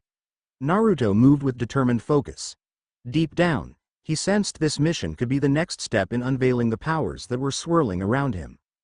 The border outpost lay at the edge of Fire Country, near a craggy gorge dotted with tall pines. When Team 7 arrived, they found a handful of anxious samurai struggling to keep order. Their leader approached with relief etched on his face. "We're grateful for your help. Reports say a rogue shinobi clan is stirring up violence nearby. They've set traps along the main road, harassing travelers and our supply lines." Kakashi nodded. "We'll handle it." They set up a small camp. Naruto scouted the perimeter with Sasuke, who took the chance to speak up for the first time in a while. "What's your plan if these rogue shinobi turn out to be something else?" Sasuke asked, voice neutral. Naruto smirked. "What do you mean?" Sasuke's Sharingan swirled lightly. "I've noticed your new power. It's not normal chakra. You can't pretend it isn't there." Naruto's jaw tightened. "I'm not pretending, I just don't have all the answers yet." Sasuke scanned the surrounding forest. "You and I both want strength, but you gained yours in a way I don't understand. If it threatens my path to power." "Then what?" Naruto interrupted, eyes flashing with momentary anger. The swirl at his chest pulsed. "You'll try to take it from me? Good luck." Sasuke stared him down, a flicker of rivalry igniting. "Don't get cocky. We're teammates, but if you become a danger to the village, I won't hold back." Naruto's fists clenched at his sides. For a second, dark flames danced around his fingertips, responding to his flare of emotion. He forced himself to relax. Keep your eyes open, Sasuke. I'm not the only threat in this world. The Uchiha said nothing more, turning to finish scanning the terrain. Naruto exhaled slowly, quelling the swirling power that threatened to surge. Clashes with Sasuke were inevitable, but he refused to lose control. Nightfall brought trouble. A piercing whistle echoed through the gorge, followed by the snap of wires. An explosion rocked the outpost. Team 7 rushed to the commotion, finding half a dozen masked figurated attacks. Shinobi tools clashed, kunai glinting in the moonlight. The samurai defenders fought back, but they were clearly outmatched. Kakashi, Sakura, Sasuke, and Naruto sprang into action. Kakashi engaged two of the masked attackers at once, lightning dancing across his hand. Sakura supported the samurai, using her medical knowledge and well-placed strikes to keep them safe. Naruto set his sights on the largest masked figure, who bristled with malicious chakra. The man smirked, weaving a complex series of seals before slamming a palm into the ground. A wave of sickly green energy expanded, warping the terrain. Trees twisted at unnatural angles, the ground splitting open to reveal swirling black roots. Naruto jumped back, scanning for an opening. The rogue shinobi advanced, launching tendrils of poisonous vines. Naruto blasted them aside with a Rasengan, but the vines regrew instantly. An image of the black flame in his dream flashed in Naruto's mind. He let out a growl, summoning that demonic angelic power. Darkness roiled around his arm, forming crackling embers. He soared forward in a burst of speed that startled the shinobi. With a single strike, Naruto shattered the vine jutsu, sending shards of twisted wood careening. Sasuke, across the battlefield, watched with narrowed eyes. His own fight paused as he witnessed Naruto's devastating display. The masked figure cursed, panic flashing in his eyes. "What are you?" he hissed, backing away. No normal shinobi could. Naruto answered by hurling a spear of black flame. The rogue shinobi tried to block with a wall of vines, but it dissolved under the scorching impact. The explosion lit the night sky, leaving the attacker sprawled unconscious. All around, the masked figures fell under Kakashi and Sasuke's combined assault, with Sakura assisting the wounded. Soon, the last of the intruders retreated into the darkness. A hush descended on the ravaged clearing, thick with smoke and the smell of burned plants. Kakashi surveyed the destruction, his Sharingan scanning the charred ground. "That was some jutsu," he said, glancing at Naruto. Naruto took a breath, letting the black flame subside. He felt strong, but a twinge of dizziness hit him. Using that power took a toll. They were after something, he managed. Their attacks were too coordinated. Sasuke stepped over a fallen attacker, ripping off the mask. The man's face was pale, eyes rolled back in unconsciousness. Sasuke studied the features, then shook his head. "I don't recognize him." Kakashi crouched beside another unconscious rogue, searching for clues. No insignia. No headband. This might be a mercenary group or a cult. Either way, they're skilled. Sakura knelt by the injured samurai, carefully bandaging a wound. "At least we drove them off. But why would they come here in the first place?" Naruto closed his eyes, remembering Lucifer's warning forces converging from different fronts. Could these masked attackers be connected to that? A wave of apprehension rolled through him. This might just be the tip of something bigger. Morning revealed the extent of the damage. The outpost's perimeter was scorched, trees uprooted. Kakashi organized repairs with the samurai, while Sakura administered medical care. Sasuke assisted grudgingly. Naruto helped gather the unconscious attackers, placing them in a holding cell. None woke, seemingly drugged or under a seal. Even in slumber, they radiated a faint, sinister aura. Exhausted, Naruto leaned against a fence post, mind swirling. He half expected more of them to show up, or for a different threat to emerge. Instead, the day passed uneventfully, save for normal guard duties. By dusk, the tension had eased. Kakashi found Naruto by the battered gates. "We'll return to Konoha tomorrow. The daimyo's men can handle the rest. I don't like leaving these unidentified shinobi here, but the mission orders are clear." Naruto nodded. "Fine by me." Kakashi's gaze lingered. "And you, how are you holding up?" He tried to sound nonchalant. "I'm all right, a little tired, but I can handle it." Kakashi's expression softened. "Just keep that power in check. If it's anything like the Nine Tails, letting it run wild could have consequences. Naruto nodded, though inside he felt that swirl of rebellion. This power isn't like the Nine Tails, sensei. It's mine. But he held his tongue. That night, Naruto took the second watch again. A small lantern flickered near his post, the countryside quiet. Moonlight drenched the trees in silver. He stared at the horizon, replaying the day's battle in his mind. The black flame had answered his call faster than ever. Each time he used it, it became more familiar, like an extension of his body. His thoughts drifted to the dreams of Lucifer and Eve, the vivid warnings. Then to his moments of intimacy with Ino, Hinata, Tamari, Sakura. Guilt and desire warred within him. He couldn't deny how much he craved their affection, how it fueled him. Even so, he worried about hurting them or dividing his own heart. A whisper in the darkness made him tense. He sprang to his feet. Another presence? He scanned the tree line, searching for movement.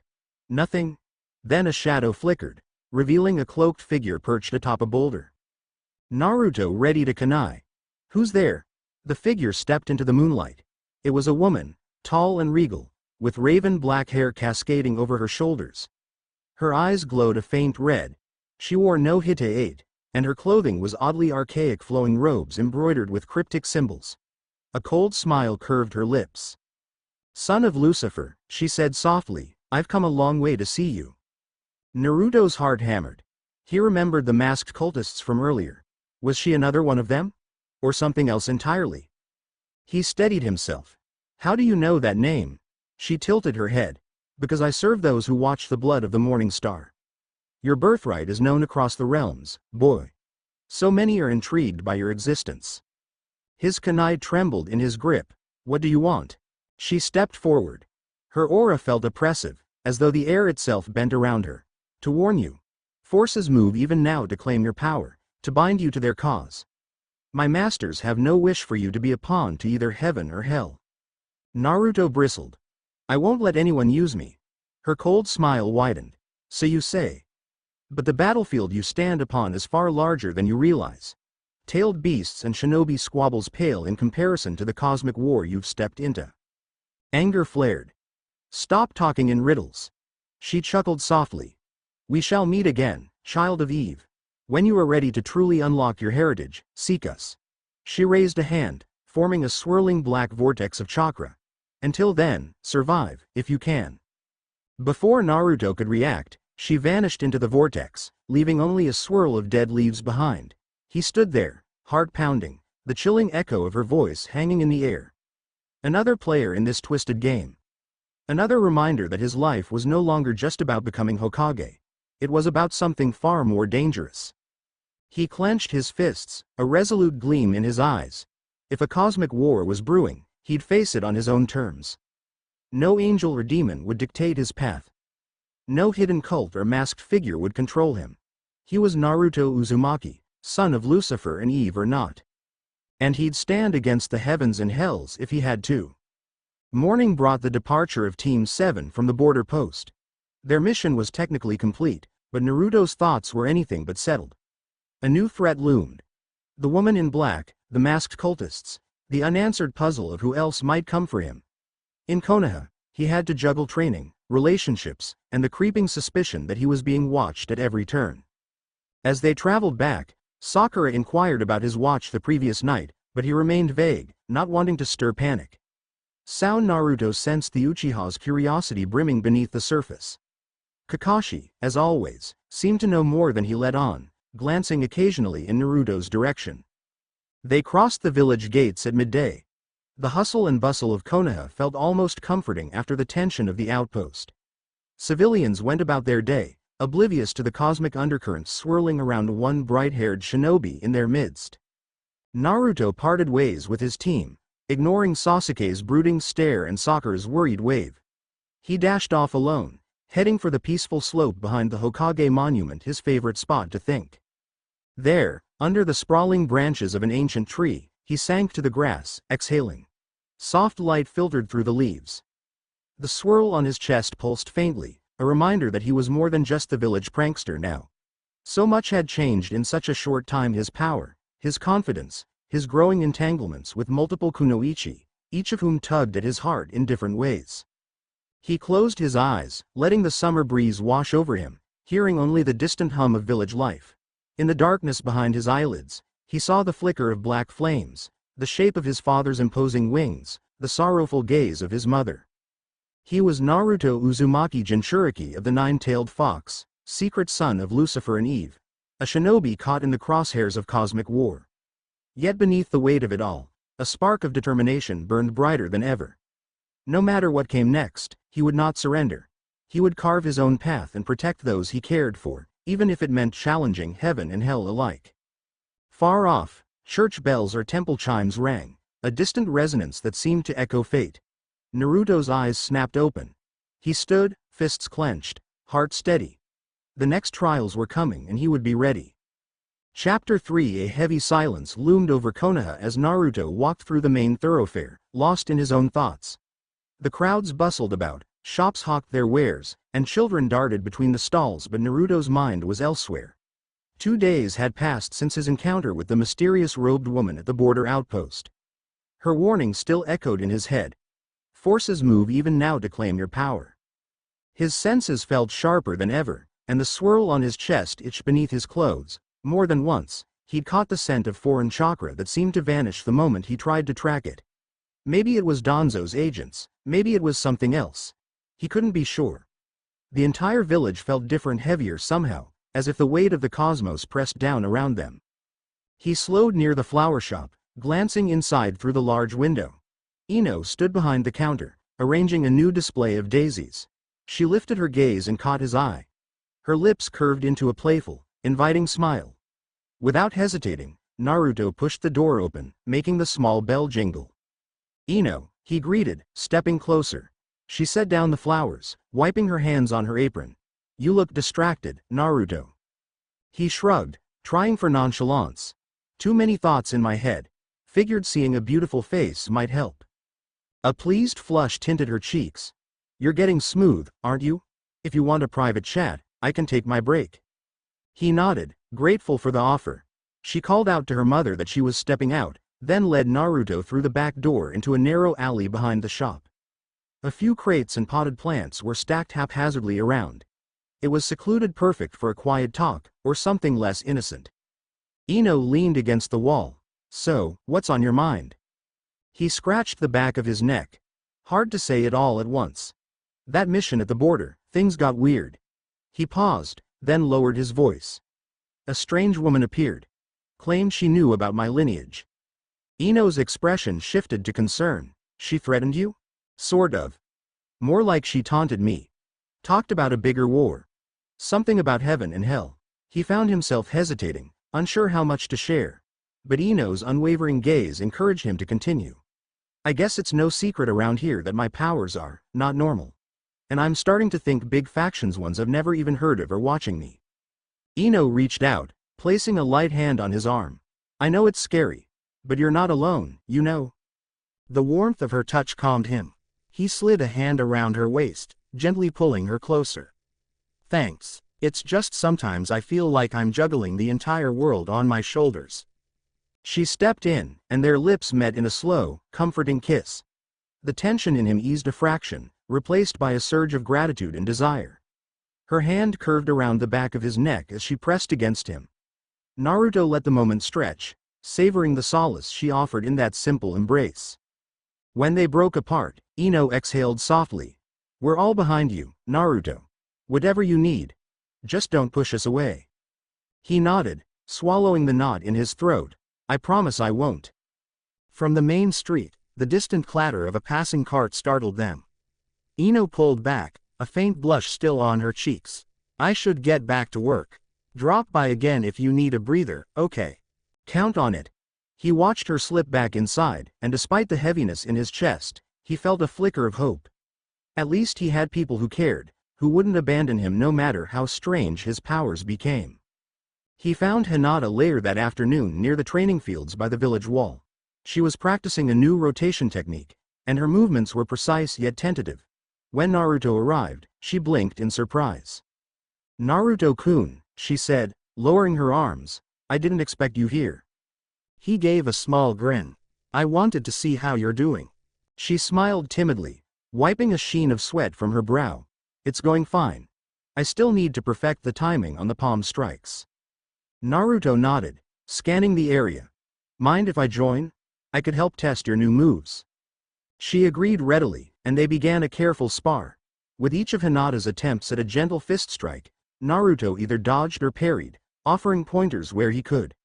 He made sure to suppress the swirl of black fire lurking inside. He didn't want to overwhelm her or accidentally cause harm.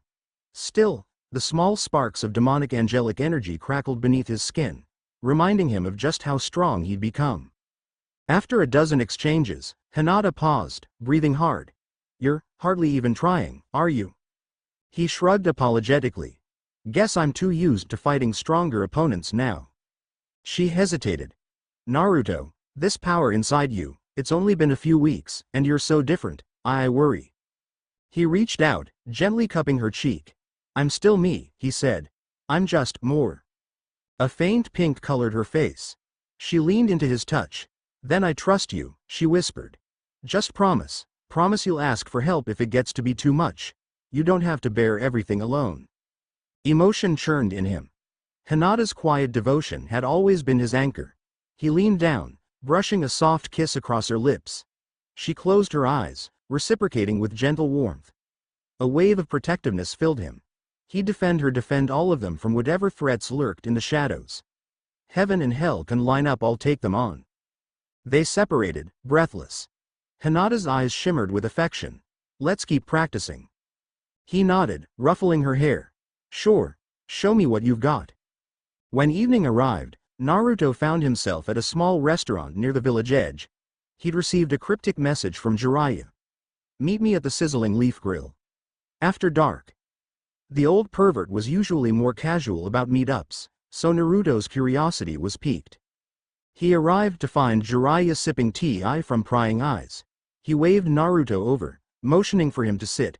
Once Naruto did, Jiraiya slid a scroll across the table. I've been digging through records, Jiraiya said quietly, voice uncharacteristically serious. This is from the land of demons. References to a fallen star's child. Might help you understand your lineage. Naruto unrolled the scroll. His eyes skimmed archaic script describing a being whose essence bridged heaven and hell, possessed of a power to either unify or destroy. Sketches of black wings and shining halos in the margins sent a chill through him. He frowned. It's so dramatic. Are these prophecies real, or just stories? Jiraiya sipped his tea. In my experience, where there's prophecy, there's often a kernel of truth. And you've already shown you're no ordinary shinobi. Those black flames, you know what they call them in these legends? Naruto shook his head. They're said to be hell's light, an oxymoron, combining pure destructive energy with faint traces of celestial power. A manifestation of the contradictory union of Lucifer and Eve. Naruto felt the swirl on his chest sting at those words. So, does that mean I can do anything I want with it? Or is there some catch? Jiraiya grimaced.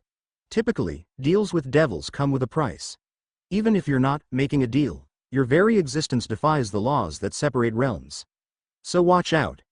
Sooner or later, angels will come calling, or devils, or both. They might try to kill you, recruit you, who knows. A cold wave of dread passed through Naruto, but he forced a grin. Well, I'm no stranger to threats. Jiraiya stared at him. This is bigger than Akatsuki or any tailed beast. You have to be prepared. Any move you make could shift the balance of entire worlds. Naruto's stomach tightened. The words felt too large to swallow. Guess I'll keep my eyes open. The sage nodded, then leaned back, a hint of his usual smirk returning.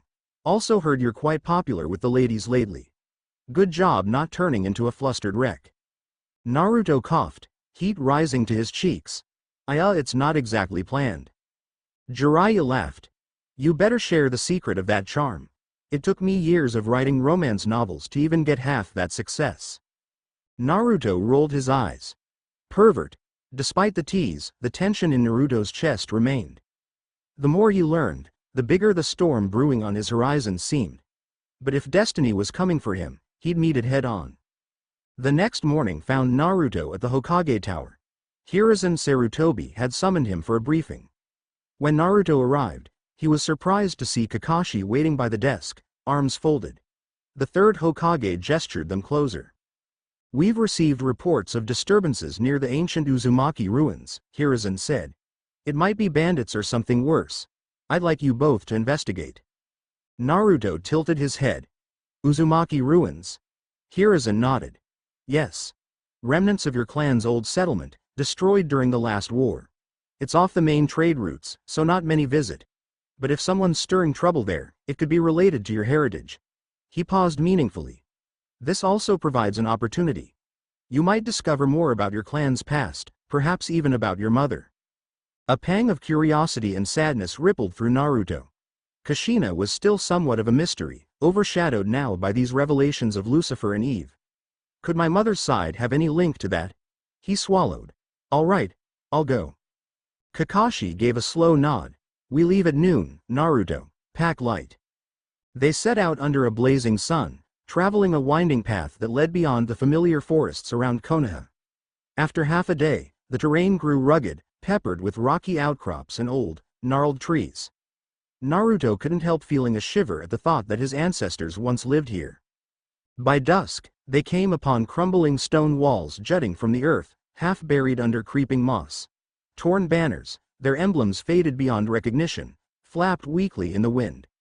The air carried a faint metallic tang, as though the land itself remembered ancient bloodshed.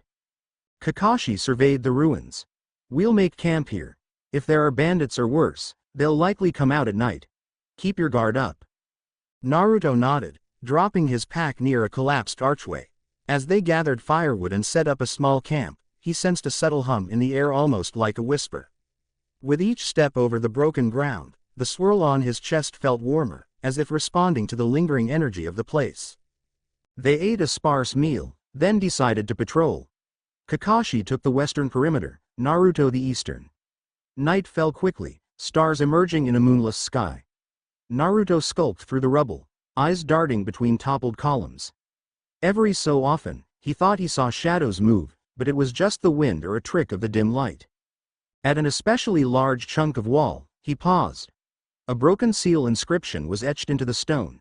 He crouched, running his fingers over the faded symbols. Some looked like the swirling pattern reminiscent of the Uzumaki clan's trademark spiral. Others made his skin crawl. They resembled the demonic glyphs he'd glimpsed in his dreams. A sudden gust ruffled his hair. He stood abruptly, scanning the dark. The hum in the air intensified, as if the ruins themselves were calling out. Goosebumps prickled his arms. Something is here. He moved deeper into the ruins, following the faint resonance. Rounding a corner, he entered what might have once been a grand courtyard.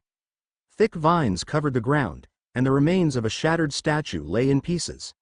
At the far side, a single standing monument glimmered in the starlight, an obelisk carved with swirling patterns. Naruto approached, feeling heat pulse under his jacket where the swirl on his chest lay. He pressed a hand to the stone. Immediately, a flicker of black flame danced across his fingertips. The obelisk's carvings glowed faintly red. In the hush of the night, he heard a woman's voice, soft, distant, heartbreakingly familiar. My child. He spun around, searching. No one was there. But the swirl on the obelisk continued to glow, matching the slow, rhythmic pulse in his chest. It felt like the land recognized him, as if the echo of his Uzumaki lineage merged with the devilish power bequeathed by Lucifer and Eve. Mom. He whispered. The wind rustled in response, carrying a faint sobbing sound. Or maybe that was just his imagination. A stone's throw away, a shadow peeled from the darkness, a cloaked figure. Naruto tensed, adrenaline surging. He prepared to call out, but the figure spoke first, voice dripping with malice. So this is where the half-breed cowers. The scrolls were correct. Naruto's eyes narrowed. Who are you? Merely a humble servant of powers beyond your comprehension. The figure flung off the hood, revealing a man with angular features, his eyes glowing a sickly green. My master's hunger for the fruit of a forbidden line. Naruto's chest tightened. You're after me because of Lucifer's blood. The man smirked. Quite. We require your essence to unlock gateways long sealed. Once we harness your potential, we'll reshape this world and others. Naruto gritted his teeth, summoning chakra to his hands. Yeah, I'm not a fan of that plan. In a blur, The man formed hand seals, summoning swirling shadows that coalesced into monstrous, writhing serpents. They lunged with unearthly screeches. Naruto leapt back, black flames erupting around his fists. He sliced through two of the beasts, but more replaced them, a never-ending tide of writhing dark matter. A second presence descended from above, a tall woman with pale, tattered robes, her face obscured by an ornate mask. She hissed something in a guttural language, and the serpents multiplied. Naruto cursed under his breath. He pressed a hand to the obelisk, its strange resonance surge into him. When he unleashed his next attack, it wasn't just black flame. A swirl of deep crimson light flared in the shape of Uzumaki seals, merging with the demonic aura. The resulting burst annihilated half the courtyard, scattering rubble. The serpents disintegrated with horrid screeches. Dust choked the air. The masked woman hissed in alarm. She tried to form another jutsu, but Naruto lunged, eyes blazing with that combined power. A single punch, wreathed in swirling black and red flame, struck her chest. She careened backward, crashing into a broken wall. A sharp pain stung Naruto's side as the man raked a shadowy blade across his ribs. Naruto hissed, pivoting to deliver a savage elbow to the attacker's neck. The man crumpled, gasping. Dark energy flickered around him, like a wounded demon struggling to maintain form. "You fools," the man spat. "You have no idea what's coming. Heaven's legions, hell's armies, all converging on you." Naruto's rage flared. He pressed a flaming palm to the man's chest. "Then let them come," he growled, voice shaking with fury. A final surge of black fire incinerated the attacker's shadow form, leaving only an empty cloak and smoking boots. The courtyard fell silent once more. Kakashi appeared moments later, panting as he surveyed the devastation. His visible eye widened at the scorched ground, the broken statue, and Naruto standing amid drifting ash. "Naruto," Kakashi said, stunned. "What in the world happened here?" Naruto let the flames recede, wiping sweat from his brow. "Ran into two cultists.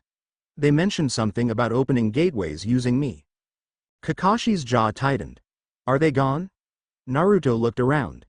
The masked woman had disappeared, leaving only faint scorch marks where she'd landed.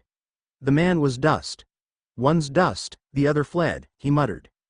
Kakashi's gaze lingered on the swirling residue of black and red flames. "I see you've grown stronger." Naruto nodded, heart still thudding. "I felt something from this obelisk. Something connected to the Uzumaki clan. It merged with my demon angel aura." Kakashi approached carefully. The obelisk had stopped glowing, but faint heat radiated from the stone. "We'll investigate this further. For now, we should confirm the area is secure, then get back to Konoha. Hiruzen needs to know about these cultists." They spent the rest of the night scouring the ruins. No more enemies appeared, but Naruto couldn't shake the sensation of being watched. By dawn, they found only scattered remnants of old seals, nothing immediately useful. The obelisk refused to glow again, no matter how closely Naruto examined it. At sunrise, they began the return trip. The encounter weighed on Naruto's mind. "They came for me. Not even trying to hide it. That meant more would come. And soon. Heaven's legions, hell's armies." His thoughts churned as they traveled the forest paths. By nightfall, they reached Konoha's gates. Kakashi dismissed Naruto, saying he would brief the Hokage alone first. Naruto guessed Kakashi wanted to spare him a grilling. Or maybe to keep some details discreet. Either way, Naruto was grateful. Naruto's stomach rumbled, reminding him he'd barely eaten. He decided to head to Ichiraku's for a quick meal. The smell of broth and fresh noodles hit him the moment he ducked under the stand's curtain. Tucci greeted him cheerfully, but as Naruto settled on a stool, he noticed a familiar figure by his side. Sakura.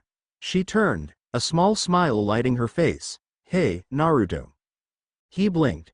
"Sakura-chan. You're out late." She stirred her bowl of ramen. "Couldn't sleep. Heard you went off on a mission again. Everything okay?" He forced a grin. "Ran into some weirdos, but I'm all right." She didn't look convinced. "You seem exhausted." He hesitated. Then, in a low voice, he said, "Let's talk somewhere quiet after this." She nodded. They finished their meals in relative silence. After paying, they slipped away from the stand, wandering the dimly lit side streets until they reached a small park with a lone bench under a flickering lamppost. Crickets chirped in the bushes.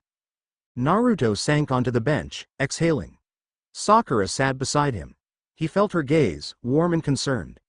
Without waiting for questions, he told her of the ruins, the cultists, and the ominous talk of a looming cosmic confrontation. Her expression grew more alarmed with each sentence. "So it's true," she whispered. "Your new powers aren't just random. People beings are after you." He nodded. "Yeah, and it's not just random punks. These guys had insane jutsu, talking about opening gateways to other realms." She took his hand gently. "How do you feel?" "Tired," he admitted, letting out a humorless chuckle. "Also angry. I just want a normal day of training, maybe a stupid D-rank mission. But the moment I close my eyes, I see Lucifer, or Eve, or some shadowy cult." Sakura's grip tightened on his hand. "We'll figure it out, all of us. You're not alone in this, okay?" The sincerity in her voice eased some of his burden. He turned to her, noticing how the lamplight played across her features. She was so familiar, yet he felt that same spark of attraction that had been growing with the others. Unable to resist, he leaned closer, cupping her cheek. She blinked, but didn't pull away. Their lips met in a tender, lingering kiss. Her hand slipped around his neck, soft hair tickling his fingers. For a moment, time stopped. He tasted her warmth and breathed in the faint scent of her shampoo. Guilt fluttered in the back of his mind. Hinata, Tamari, but the heat of the moment took over. Sakura pressed closer, a faint moan escaping as they deepened the kiss. When they finally broke apart, both were breathing heavily. Her cheeks burned pink. "Naruto, you." He leaned his forehead against hers. "Sorry, She shook her head. "No, I wanted that too." She bit her lip. "This is all so confusing, but I care about you." The flood of conflicting emotions threatened to drown him. But he pushed them aside, pressing another gentle kiss to her temple. "I care about you too, Sakura-chan."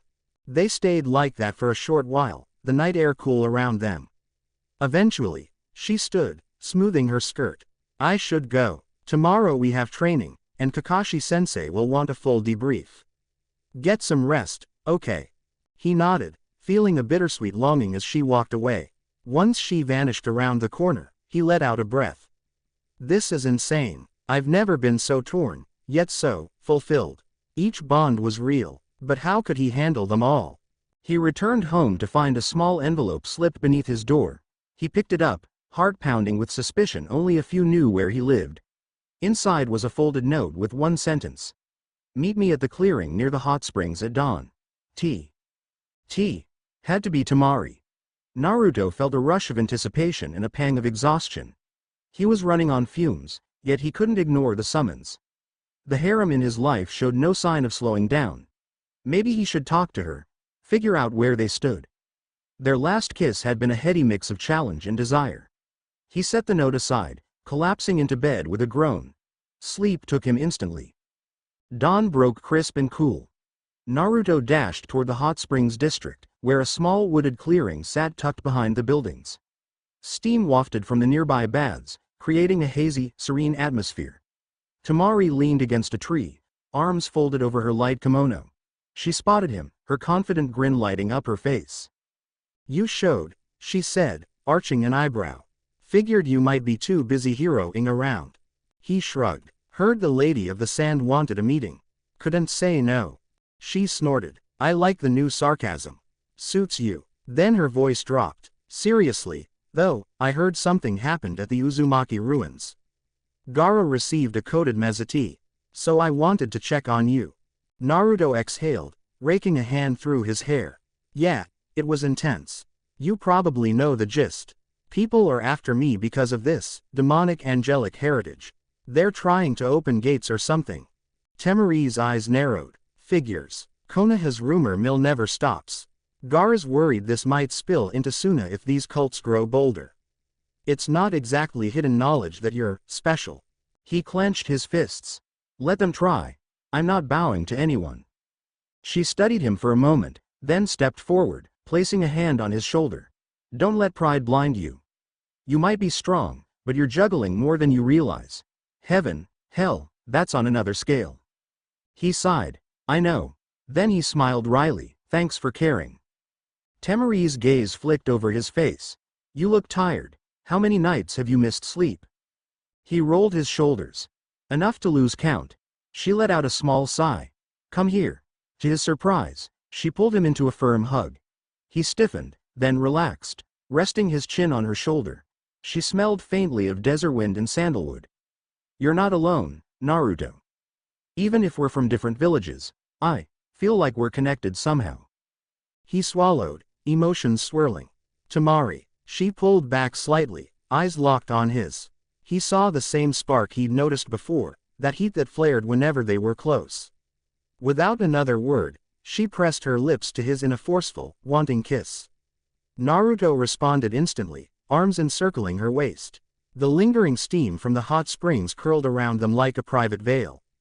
Her kiss was confident, demanding. He matched her intensity, his pulse hammering in his ears. They parted briefly, her breath ragged. Damn, she whispered. You really are different now. He couldn't help a small grin. Is that a complaint? She smirked. Never. Then she kissed him again, and he felt that roiling demonic power stir, spurring his boldness. He pressed her against the tree, the heat between them palpable. For a moment, he forgot the dangers overshadowing his life, lost in the taste of her lips and the press of her body. They eventually broke apart, panting. She rested her forehead against his chest. I can't stay long, she murmured. I have to head back to Suna soon. But I wanted to see you, make sure you're all right, let you know that I'm on your side. His heart swelled. Thank you. Safe travels. She nodded, slipping free of his embrace. Before leaving, she glanced over her shoulder. A teasing glint in her eyes. Next time, don't make me wait so long for a kiss. He chuckled, breath still uneven. Promise. With that, she was gone. Naruto remained by the tree for a minute, letting the rush subside. Another connection, another moment that felt so right, and yet every day, new threats surfaced to test him. He composed himself, then headed back into the village, mind already shifting to the next challenge. As noon approached, Kakashi sent a summons for Team 7 to gather at Training Ground 7. Naruto arrived to find Sasuke leaning against a post, arms crossed. Sakura sat nearby, idly tapping her foot. Kakashi stood in the clearing, flipping through a small notebook. Glad you could all make it, Kakashi said. We've got orders for an immediate joint training session with some of the Leaf's top Jonin. The Hokage wants to assess everyone's progress, especially yours, Naruto. Sasuke smirked. They want to see the black flames in action. Naruto's eyes narrowed. They'll see what they see. Sakura gave Naruto a sidelong glance, her expression unreadable. We should do our best to keep things in check. No reason to cause a panic. Kakashi nodded. Exactly. Let's get to the training field behind the memorial stone. They walked in relative silence. Once they arrived, Naruto was surprised to see not just Jonin, but also Anko, Kurenai, Asuma, and even Danzo lurking on the sidelines with a pair of root agents. The presence of the elders in the stands indicated how serious this demonstration was. Whispers spread through the small crowd. Asuma stepped forward, lighting a cigarette. Word is you've been pulling off some unusual chakra feats, Naruto. Mind showing us a sample? Naruto tensed. He hated being tested like a curiosity, but he kept his cool, if that's what the Hokage wants. Danzo's single visible eye glinted. Proceed, boy, we have limited time.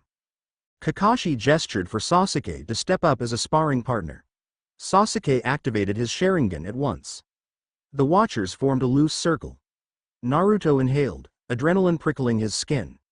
The swirl at his chest thrummed in anticipation. Sasuke made the first move, hurling a flurry of shuriken. Naruto darted forward, weaving between the spinning blades. He closed the distance in a heartbeat, forcing Sasuke to block a rapid strike. Their forearms met with a crack. Sasuke grunted, spinning away to launch a fireball jutsu. Naruto felt the heat wash over him, but before it could touch him, a halo of black flame erupted around his body, devouring the incoming fire. Gasps rippled through the watching crowd. Danzo's expression sharpened. Asuma's cigarette nearly fell from his lips. Kurenai stepped back, eyes wide. Sasuke pressed on, vexation etched into his features. He pivoted, sending another wave of kunai tied with explosive tags. Naruto gathered the swirling energy in his palm, black flame coiling with a faint red tinge. He sliced through the barrage with ease, the blast snuffed out by demonic light. Then he teleported. No, that wasn't quite right, but it happened so quickly it seemed like a teleport. In a blur, he was behind Sasuke, a black flame sphere in his hand. Sasuke barely managed to turn, Sharingan spinning in alarm. Naruto's attack halted inches from Sasuke's shoulder, controlled by Naruto's will. The flames crackled ominously, casting flickering shadows on Sasuke's stunned face. Silence fell. Naruto let the black sphere dissolve. Sasuke stepped away, chest heaving, a faint sneer on his lips. "HN. You've really become something else." In the stands, Danzo murmured to an aide, expression unreadable.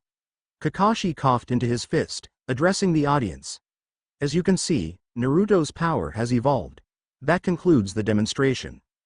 The watchers dispersed, some clearly rattled, others lost in thoughtful silence. Danzo vanished almost immediately with his root agents. Kurenai gave Naruto a lingering, worried glance before leaving with Asuma. Anko just whistled, mouthing impressive before sauntering off. Once everyone was gone, Naruto sagged with relief. Kakashi approached, brow creased. "Well, that was eye-opening. Be prepared for more attention now." Naruto shrugged, though inside his nerves buzzed.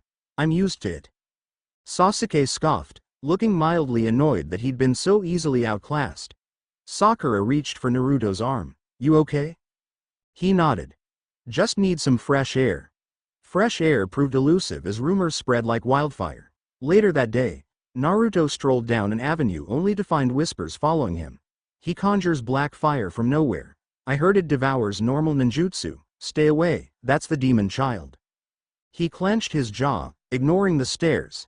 It wasn't all negativity, some eyes held awe rather than fear. But it still set him on edge. He recalled how the village used to treat him as the Nine-Tails Jinchuriki. Now, it seemed he was the Lucifer spawn, or something equally dire. Before he could slip away, a figure blocked his path. Sai, the pale root member who'd occasionally shown up around Team 7. Sai's polite smile never reached his eyes. Lord Danzo wishes to speak with you." Naruto exhaled sharply. "Of course he does." Sai gestured toward a quiet side street. "This way." Reluctantly, Naruto followed, well aware that this was probably about his power. They ended up in a deserted courtyard, a few vacant buildings framing the space. Danzo stood with his cane, flanked by two masked root operatives. Danzo's single eye flicked over Naruto. "Uzumaki, or shall I say, child of Lucifer?" Naruto bristled. "Naruto is fine." Danzo ignored the jab. "Your demonstration was impressive. The leaf could benefit from such might, if properly guided." "Not interested," Naruto snapped. "I work for the Hokage, not you." Danzo's cane tapped the ground. "Your father's fallen star lineage concerns me. Power born of demonic or angelic realms rarely has stable allegiance. I propose you join Root, where we can train you to use that power to protect Konoha. You'd be an asset unlike any other." Naruto's eyes hardened. "I'm not a weapon for you to polish and store away." Danzo's voice dropped, an edge of threat creeping in. "You misunderstand. We're offering you the chance to be a hero, recognized for your unique gifts. If you refuse, certain questions will arise. People will fear you, possibly label you a danger. Root can shield you from that scrutiny." Naruto's fists clenched. He felt the swirl on his chest heat up as demonic flame licked at his senses. "Nice try, but you won't bully me or bribe me into your little organization." Danzo's lips thinned. "Then you leave me little choice but to monitor you closely." Sai stepped forward, voice calm. "Naruto, this is your best option." Naruto stared coldly at him. "You might have no soul, Sai, but I'm not joining your Root." For a moment, tension crackled in the courtyard. The Root operatives shifted, hands inching toward their weapons. Naruto's aura flared in warning.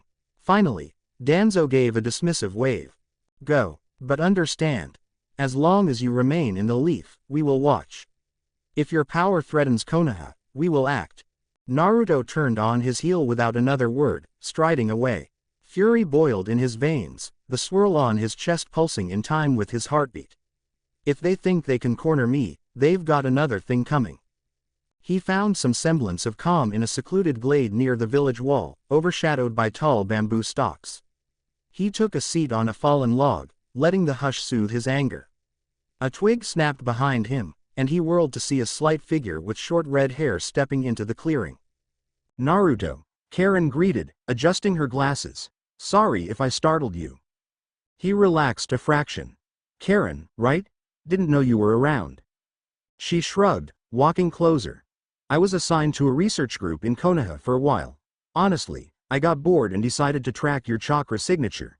You give off quite a presence these days." He rubbed a hand over his face. "Yeah, it's complicated."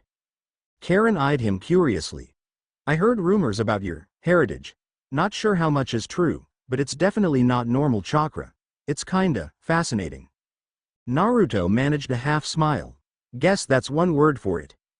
She smirked, pushing up her glasses. "You know, the Uzumaki clan was known for powerful sealing techniques and large chakra reserves. That might sync strangely well with your new demonic or angelic side." He blinked. "You're an Uzumaki too, so you'd know something about that." She nodded. "Our clan's blood is special. The ruined site you visited, there's probably more sealed away you haven't found yet." She paused, then lowered her voice. "Be careful, though. With your aura so potent, you might attract all sorts of trouble, not just from the big realms but from shinobi creeps who want a piece of that power." He sighed. "No kidding." She stepped closer, her gaze running over him in a distinctly appraising way.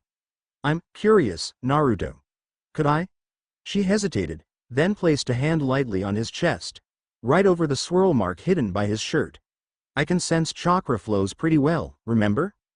At her touch, a surge of demonic angelic heat pulsed, momentarily flaring through the cloth. She inhaled sharply, as if she'd touched a live wire. "Wow, that's intense." He tensed, feeling the swirl respond, black flames licking at the edges of his consciousness. Maybe that's not such a good idea. But she didn't pull away. Instead, a flush crept over her cheeks. Her lips parted in a slight gasp. "It's amazing. Like a giant vortex of energy. I've never felt anything like it. So warm and..." Her gaze flicked up, and a charged silence settled between them. Without warning, she leaned in, her lips brushing his.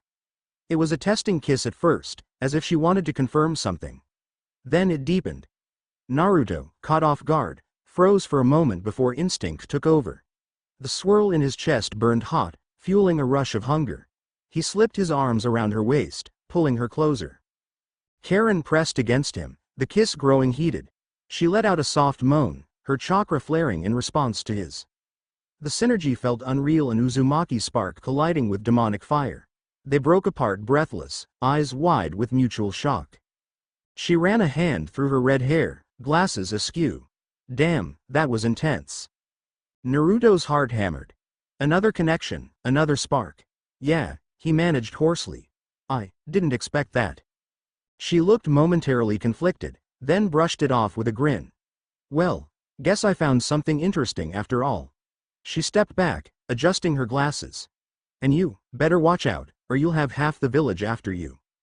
He let out a shaky laugh. "Trust me, it's already complicated." Karen smirked, turning to go. "I'll be around, don't be a stranger." He watched her disappear among the bamboo, head spinning.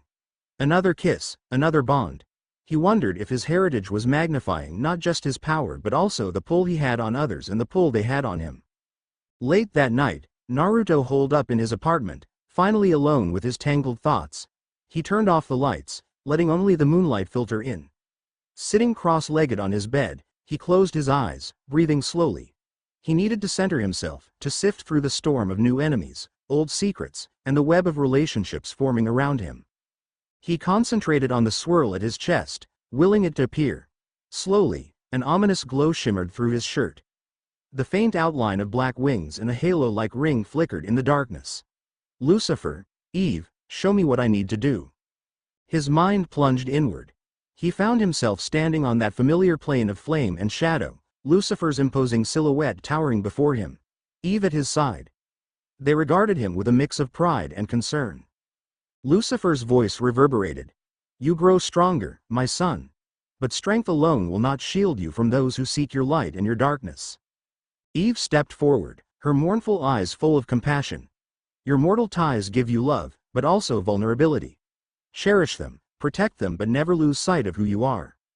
Naruto clenched his fists. And who is that? Everyone wants me to be something. A Jinchuriki, a root agent, a cosmic key, a hero. I just want to be me. Lucifer's wings flared, scattering sparks. Then claim your destiny on your own terms. The gates of heaven and hell creak open. You alone can decide which path is taken. Eve touched Naruto's shoulder, her voice soft. Have faith in yourself, and in the bonds you've formed. Naruto's eyes snapped open, returning to the dimness of his apartment. His heart thudded. Yeah, my bonds. He pictured Ino, Hinata, Sakura, Temari, Karen, and the swirl of complicated emotions that came with them. He pictured Sasuke, Kakashi, the Hokage, Jiraiya. He remembered the cultists, the root, the robed woman at the border outpost. Everyone converging on him like moths to a flame. He let out a steadying breath. I won't be controlled by fear or manipulated by ambition. I'll protect those precious to me, known from heaven, hell, or Konoha. He stepped to the window, gazing at the moonlit village. In the distance, the looming forms of the Hokage monument watched over everything. A surge of resolve fired his blood. This was his home. No matter what cosmic war brewed, he wouldn't let it swallow the life he'd built here. For now, the village slept unaware of the storms gathering beyond mortal sight. But Naruto felt that pressure in every breath. His next move, his next show of strength or weakness, could tip the scales. He clenched his hands into fists, black sparks dancing at the edges of his vision. Bring it on, he muttered, voice raw with determination. Angel, demon, or human, I'll take you on and protect what matters. I'm Naruto Uzumaki. Somewhere in the silent streets, a wind gusted, as if in answer. The swirl on his chest pulsed one last time, then fell quiet. Beyond the rooftops, the horizon stretched, dark and endless. Dawn was only hours away, but so was the next battle in the widening conflict. The son of Lucifer and Eve would be ready. He stood there for a long time, letting the cool night air wash over his heated skin, mind racing with plans. Whatever happened next, whoever came next, he would meet them head-on. Nothing would stop him from forging his own destiny. And in the hush of that moonlit room, Naruto smiled. Chapter 4. The stir of dawn found Naruto perched on the roof of his apartment, knees drawn up as he gazed across the waking village. He barely slept. News of his display against Sasuke had spread, and Danzo's veiled threats echoed in his head. The swirl on his chest had pulsed like a living heart all night, as though sensing an oncoming storm. When sunrise painted the Hokage monument gold, Naruto hopped down to street level. Within moments, he caught an unmistakable feeling tremors in the chakra around him. He glanced up. 3 Anbu landed lightly on a nearby rooftop, each mask turned toward him. They observed silently, then disappeared in a blur. So the surveillance starts early today, he thought grimly. Danzo wasn't wasting time. He turned and headed for the training grounds. He'd asked Hinata, Ino, and Sakura to meet him there for a morning spar. His aim was to focus on controlling the synergy of his new powers. He couldn't keep bursting with black flame every time his emotions flared. Sooner or later, that would devastate his surroundings. By the time he arrived, the 3 kunoichi were already waiting, each wearing a different expression. Sakura looked determined, Hinata shy but ready, and Ino flashing a confident grin. The tension among them was palpable. They all knew something big was building, and they all seemed quietly aware that each had grown close to Naruto in their own way. He forced a smile. Thanks for coming. Let's not hold back. Sakura nodded, cracking her knuckles. We can handle it. Hinata took a breath. I'll do my best. Ino smirked, tying her hair back. Bring it on, big shot. They spread out. Naruto took the center, rolling his shoulders. Attack however you like. I need to practice controlling this. He tapped his chest. A subtle ripple of dark aura shimmered around him, already responding to his will. Hinata moved first, dashing in with a palm strike. Naruto met it gently, feeling a hint of the black flame stir. He kept it in check, using raw speed to maneuver behind her. She spun, Byakugan flaring, nearly catching him with a fluid counter. He sidestepped, heart pounding. She was faster than before, more resolute. He loved seeing that growth. Sakura joined in, sprinting from the side with a chakra-charged fist. He flipped over her, the ground cracking from her missed punch. He landed near Ino, who launched a barrage of precise kunai. He let the black flame manifest just enough to repel them with a sizzling curtain of heat. Nothing catastrophic. The swirl on his chest stayed calm, that new synergy letting him maintain a contained blaze. They pressed him together, forming a surprising unity. Ino tried mind transfer feints, Hinata targeted his chakra points, and Sakura's monstrous strength forced him to stay mobile. Naruto deftly avoided their combined assaults. The clash was both exhilarating and strangely comforting. These were his friends, all pushing him, trusting him, sharing in the chaos swirling around his life. A final collision of fists and flame ended the session. They paused, breathing heavily. Sakura wiped sweat from her brow. Hinata steadied her breathing, and Ino grinned, cheeks flushed. "Okay," she said, "I'm not sure if I'm proud or annoyed that you basically toyed with us." He laughed softly, letting the last flicker of black flame fade. "You've all gotten way stronger, I can tell." Sakura stepped forward. "So have you. But at least you didn't blow up the training ground this time." He rubbed the back of his neck. "Thanks for the help. I need to keep perfecting this, or who knows what might happen if I lose control." The three girls exchanged looks. Hinata gently touched his arm. "We'll help in any way we can." Ino placed a hand on his shoulder. "Yeah, you're stuck with us." Sakura's eyes lingered on him. "We should do this more often." He felt an odd swell of gratitude and affection as he took in their encouraging smiles. Despite the complicated web of feelings, each woman seemed determined to stand by him. Maybe it was enough to chase away the dread for a while. They gathered their gear, chatting briefly before going their separate ways. Hinata hurried off to meet Kurenai, Sakura to check in at the hospital, and Ino back to her family's shop. Naruto stood in the clearing, heart lighter for the first time that day. He was about to head out when a flicker of motion caught his eye. He turned sharply. Karen emerged from behind a thick tree, adjusting her glasses. "Thought you might still be here. Looks like I missed the fun." He relaxed. "Karen, hey. Been lurking?" She walked closer, offering a wry grin. "I didn't want to interrupt. But the sealing research you mentioned with Kakashi, I've got an update. Konoha's archives actually hold some old scrolls referencing hybrids divine or demonic. They're locked away, but I might be able to wiggle in." He arched an eyebrow. "You want to break into restricted archives?" She shrugged. "Break in? No, bypass some red tape, absolutely." Then, more quietly, she added, "If it helps you figure out how to handle your lineage, I'm game." He considered. "Might be worth the risk. Let me know what you find." She stepped closer, eyes glinting with curiosity and something deeper. "You sure you're okay with all this? Sounds like trouble is closing in from every angle." He took a slow breath. "No, I'm not okay. But I'm done running." She studied him for a second, then slid a hand along his jaw, guiding his face down.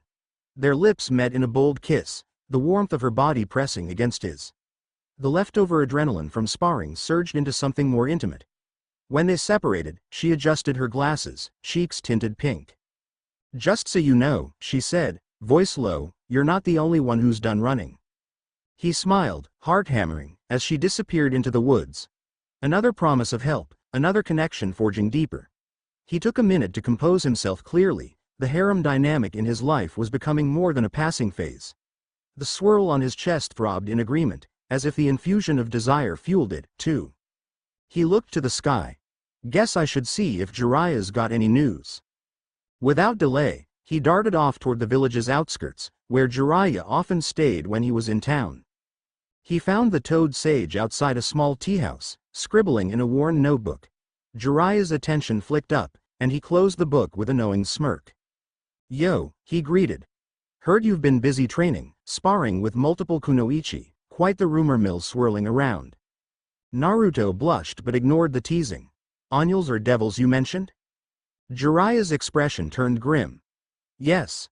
Word from my sources suggests an uptick in strange sightings near the western coast. Stories of armored beings with wings, or twisted creatures of shadow. It sounds too widespread to be random illusions. Naruto's pulse quickened. Meaning this cosmic war might be closer than we thought. Jiraiya rubbed his temples. I also heard the Cages concerned about sightings near the border to the Land of Wind. More robed figures chanting about the child of Lucifer. They're probably working in cells, trying to find you.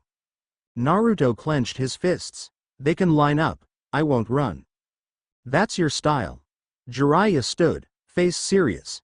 But be ready, kid. When these factions converge, it won't be subtle. They'll test your resolve and likely the entire village's defenses. Naruto exhaled slowly. I get it.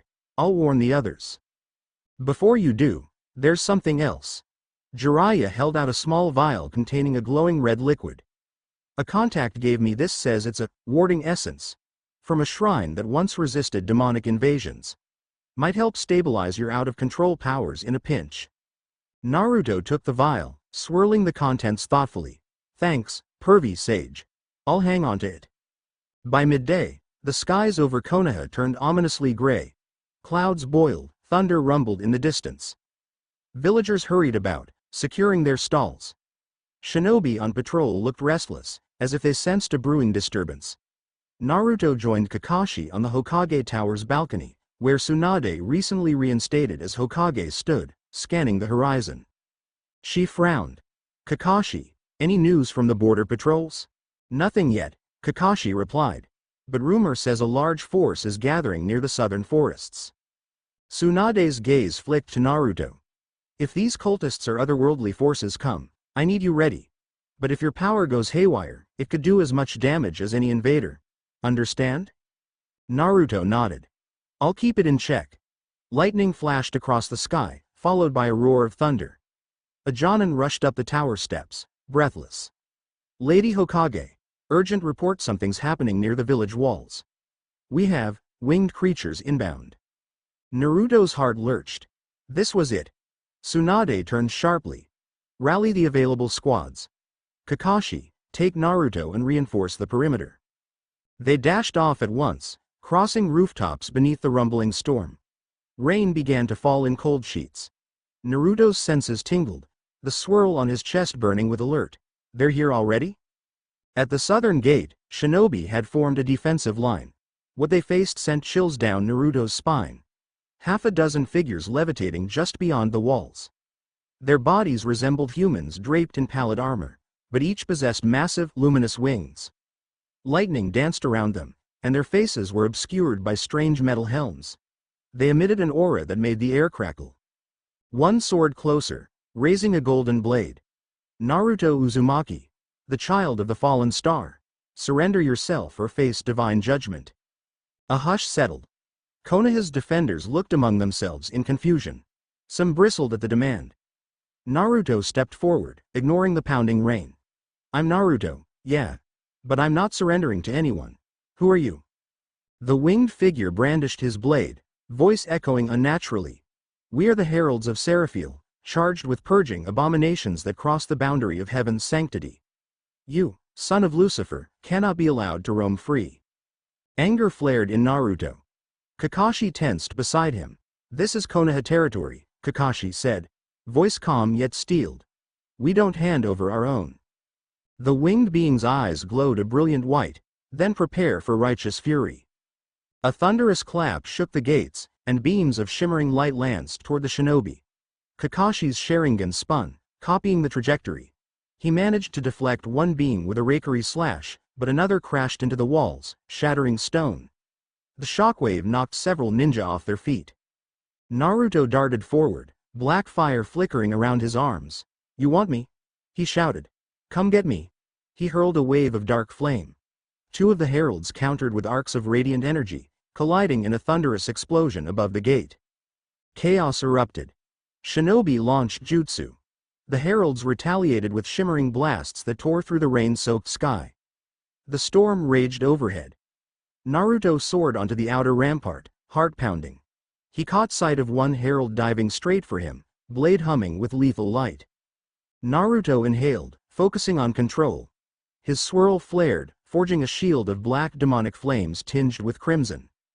The angelic blade struck the barrier in a deafening clash. Sparks of holy light and infernal fire flew everywhere. The herald reeled back, startled that Naruto's power could match celestial might. Naruto seized the opening. Black flame coalesced into a spear.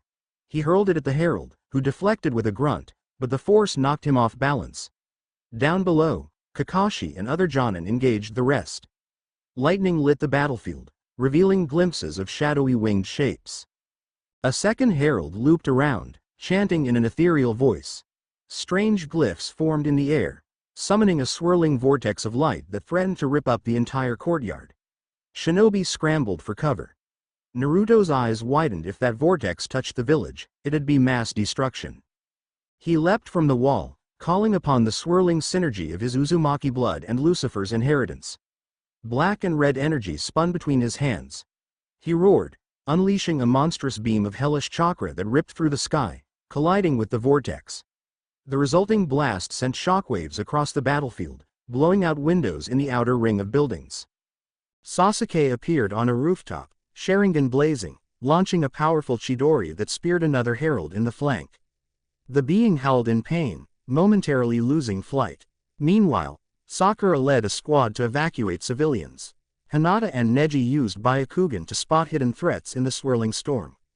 Ino and Shikamaru coordinated capturing stray hostiles. The entire village mobilized in seconds. Naruto crashed back onto the wall, breath ragged, his chest marking blazing with power. Rainwater hissed against the scorching flames dancing around him. Another herald swooped in from behind, blade poised to strike. Naruto sensed the threat and twisted, blocking just in time. The blade cut a line across his forearm, searing with holy energy. Pain flared, but he shoved the attacker away, ignoring the stench of burnt flesh. "You bleed, abomination," the herald sneered. "You're not invincible." Naruto's eyes flared with fierce resolve. "I never said I was." He channeled black fire into his right hand, forging a swirling mass of destructive energy. "But I'm strong enough to protect my home." He slammed the orb of flame into the herald's chest. A colossal eruption threw them both apart. The herald hit the ground in a smoking heap, its wings broken. Naruto stumbled but remained upright, chest heaving. He locked eyes with the fallen being, who stared up at him in shock and hatred. "You've defied heaven," the herald spat, voice trembling. "Seraphiel's wrath will follow." Naruto turned away, black flame sizzling around his wounded arm. "I'm done listening to threats." In the distance, the other heralds saw their comrade fall. One of them screeched, unleashing a final barrage of radiant bolts that hammered the gates. Kakashi and Sasuke combined a lightning jutsu to deflect them. Through the smoke and rain, the heralds retreated into the storm's clouds, vanishing as swiftly as they'd arrived. Konoha's defenders stood, battered but unbroken, the gate walls pockmarked and scorched. Naruto dropped to a knee, and his chest dimmed, exhaustion creeping over him. Kakashi rushed to his side, placing a hand on his shoulder. "Stay with me, Naruto." He nodded. "I'm good. Just need a minute." The clash ended almost as quickly as it began. Clouds lingered, thunder rolling away into the distance. Tsunade arrived to oversee emergency repairs, while medical teams scrambled to help the wounded. Sakura rushed from patient to patient, healing burns and cuts. Ino assisted with triage, coordinating care. Hinata helped locate survivors under the rubble. Naruto sat on a fallen beam, letting Shizune wrap his forearm. The holy cut burned deeper than normal, taking more chakra to heal. He grit his teeth until the pain receded enough to talk. Tsunade strode over, anger etched on her face. "Celestial attackers in broad daylight, they demanded you?" Naruto nodded. "They called themselves Heralds of Seraphiel, said I had to be purged." Kakashi crossed his arms. "We've never faced angelic forces like this. If they return in greater numbers." Tsunade's jaw tightened. "Then we do what we must. The leaf doesn't surrender its own. We'll fortify our borders and put everyone on alert." Naruto stood, ignoring the lingering ache in his arm. "I'm sorry for the damage. This is happening because of me." Tsunade shook her head. "You didn't ask for these powers. Besides, you defended the village. That's what matters right now." He bit back a surge of conflicting emotions. I'll help with repairs. As he walked away, he caught glimpses of civilians regarding him with a mix of awe and apprehension. Some whispered prayers. Others stared in muted respect. The swirl on his chest tingled uncomfortably. First devils and cultists, now angels. Great. Night fell with Konoha in disarray, cracked walls, scorched rooftops, tension thick in the air. Makeshift barricades were erected around the southern gate. Teams of shinobi patrolled every street. An emergency council meeting convened at the Hokage Tower, but Naruto deliberately stayed away, anticipating that Danzo would try pushing for containment measures. Instead, he slipped into a quiet side alley behind the tower, unsure where to go next. A soft voice called his name. He turned to see Hinata, eyes red-rimmed with fatigue. "I was helping with the wounded," she said softly. "I saw you get hurt. Are you?" He held up his bandaged arm. "I'll live." She stepped closer, trembling slightly. "You faced them head-on. I was so worried." He exhaled, letting the tension in his shoulders ease. "I'm sorry I scared you." She wrapped her arms around him in a fierce hug, pressing her face to his chest. He stood there, heart pounding, the warmth of her body a balm against the day's horrors. He hugged her back gently, burying his face in her soft hair. For a moment, he let himself forget everything else. "You were amazing," she whispered. "Protecting everyone even though they were angels or something." He lifted her chin, gazing into her pale eyes. "They're just another threat to my home. If I have to fight angels, so be it." She sniffed, nodding. Then she leaned up, pressing her lips to his in a tender, shaky kiss. He returned it, eyes sliding shut. Tension melted from him, replaced by a quiet surge of devotion. Her tears brushed his cheeks, mixing with the light drizzle still falling. When they broke apart, she smiled through watery eyes. "Thank you for coming back safe." He stroked her hair. "I'll always come back." She stepped away, wiping her eyes. "I need to check on more patients. Please rest, if you can." He nodded, watching her rush off toward the hospital. A swirl of guilt and fierce protectiveness welled up. "I have to be stronger so they never have to cry over me." Over the next day, Konoha mended its wounds. Word of the angelic attack spread beyond the village, prompting layers of concern from neighboring lands. Tamari and a sand delegation arrived to offer assistance. Naruto found himself walking the repaired streets, heartsick with frustration. It felt like the calm before an even bigger storm. He noticed route operatives lurking at corners, intensifying their watch on him. Late afternoon, he ended up near the academy, hoping to distract himself by watching the next generation train. He found Ino instead, leaning against a tree with arms folded. She wore an uncharacteristically somber expression. "You all right?" he asked quietly. She shook her head. "I tried comforting villagers who lost their homes. A few said they blame you. They called you a magnet for destruction." He swallowed. "I guess that's not surprising. But it's not fair," she said, voice trembling. "You saved so many lives." He approached, gently tilting her face up with a knuckle. "Don't worry about what they say. I did what I had to." She exhaled shakily. "Still, it kills me to see you under constant suspicion." Then her expression hardened with determination. "But you have me, you have the rest of us. You're not alone." A ripple of warmth spread through him. He leaned in, pressing a brief, firm kiss to her lips. She responded instantly, arms circling his neck. For a moment, they forgot the gloom around them. Her presence was a reminder that not everyone saw him as a threat or a burden. They pulled apart as footsteps approached. Sakura appeared, holding a small packet of medical supplies. She paused, cheeks reddening as she registered the scene. Ino parted from Naruto, a flash of guilt crossing her features, but Sakura didn't bristle. Instead, Sakura swallowed. "Naruto, Lady Tsunade wants to see you. Something about unusual readings from the southwestern border." She paused, glancing between them. "We might have another fight on our hands." Naruto sighed. "Never ends. I'll head over. You two be careful." Ino nodded, stepping away. Sakura offered a half smile. "Let's get going." As he followed Sakura, he cast one last look at Ino. She gave him a reassuring nod. It struck him how quickly they'd grown into this strange closeness, no jealousy or rivalry overshadowing their concern for him in the village. He felt both gratitude and a pang of confusion for how it might all turn out. But there was no time to dwell on it. In the Hokage's office, Tsunade stood with her arms folded, brow furrowed. A message scroll lay on the desk. Kakashi, Shikamaru, and a few others were present. Naruto slipped in, noticing how tense everyone looked. Tsunade gestured at the scroll. We've received a coded alert from the southwestern region. It appears a demonic force similar to the one that attacked the Uzumaki ruins has been spotted near a forest outpost. They're capturing travelers, possibly preparing some kind of ritual. We can't let that fester. Shikamaru rubbed the back of his neck. As if angels weren't enough, now devils. Troublesome. Kakashi's gaze flicked to Naruto. No coincidence they're surfacing at the same time. They're all after the same target. Tsunade pressed her palms onto the desk.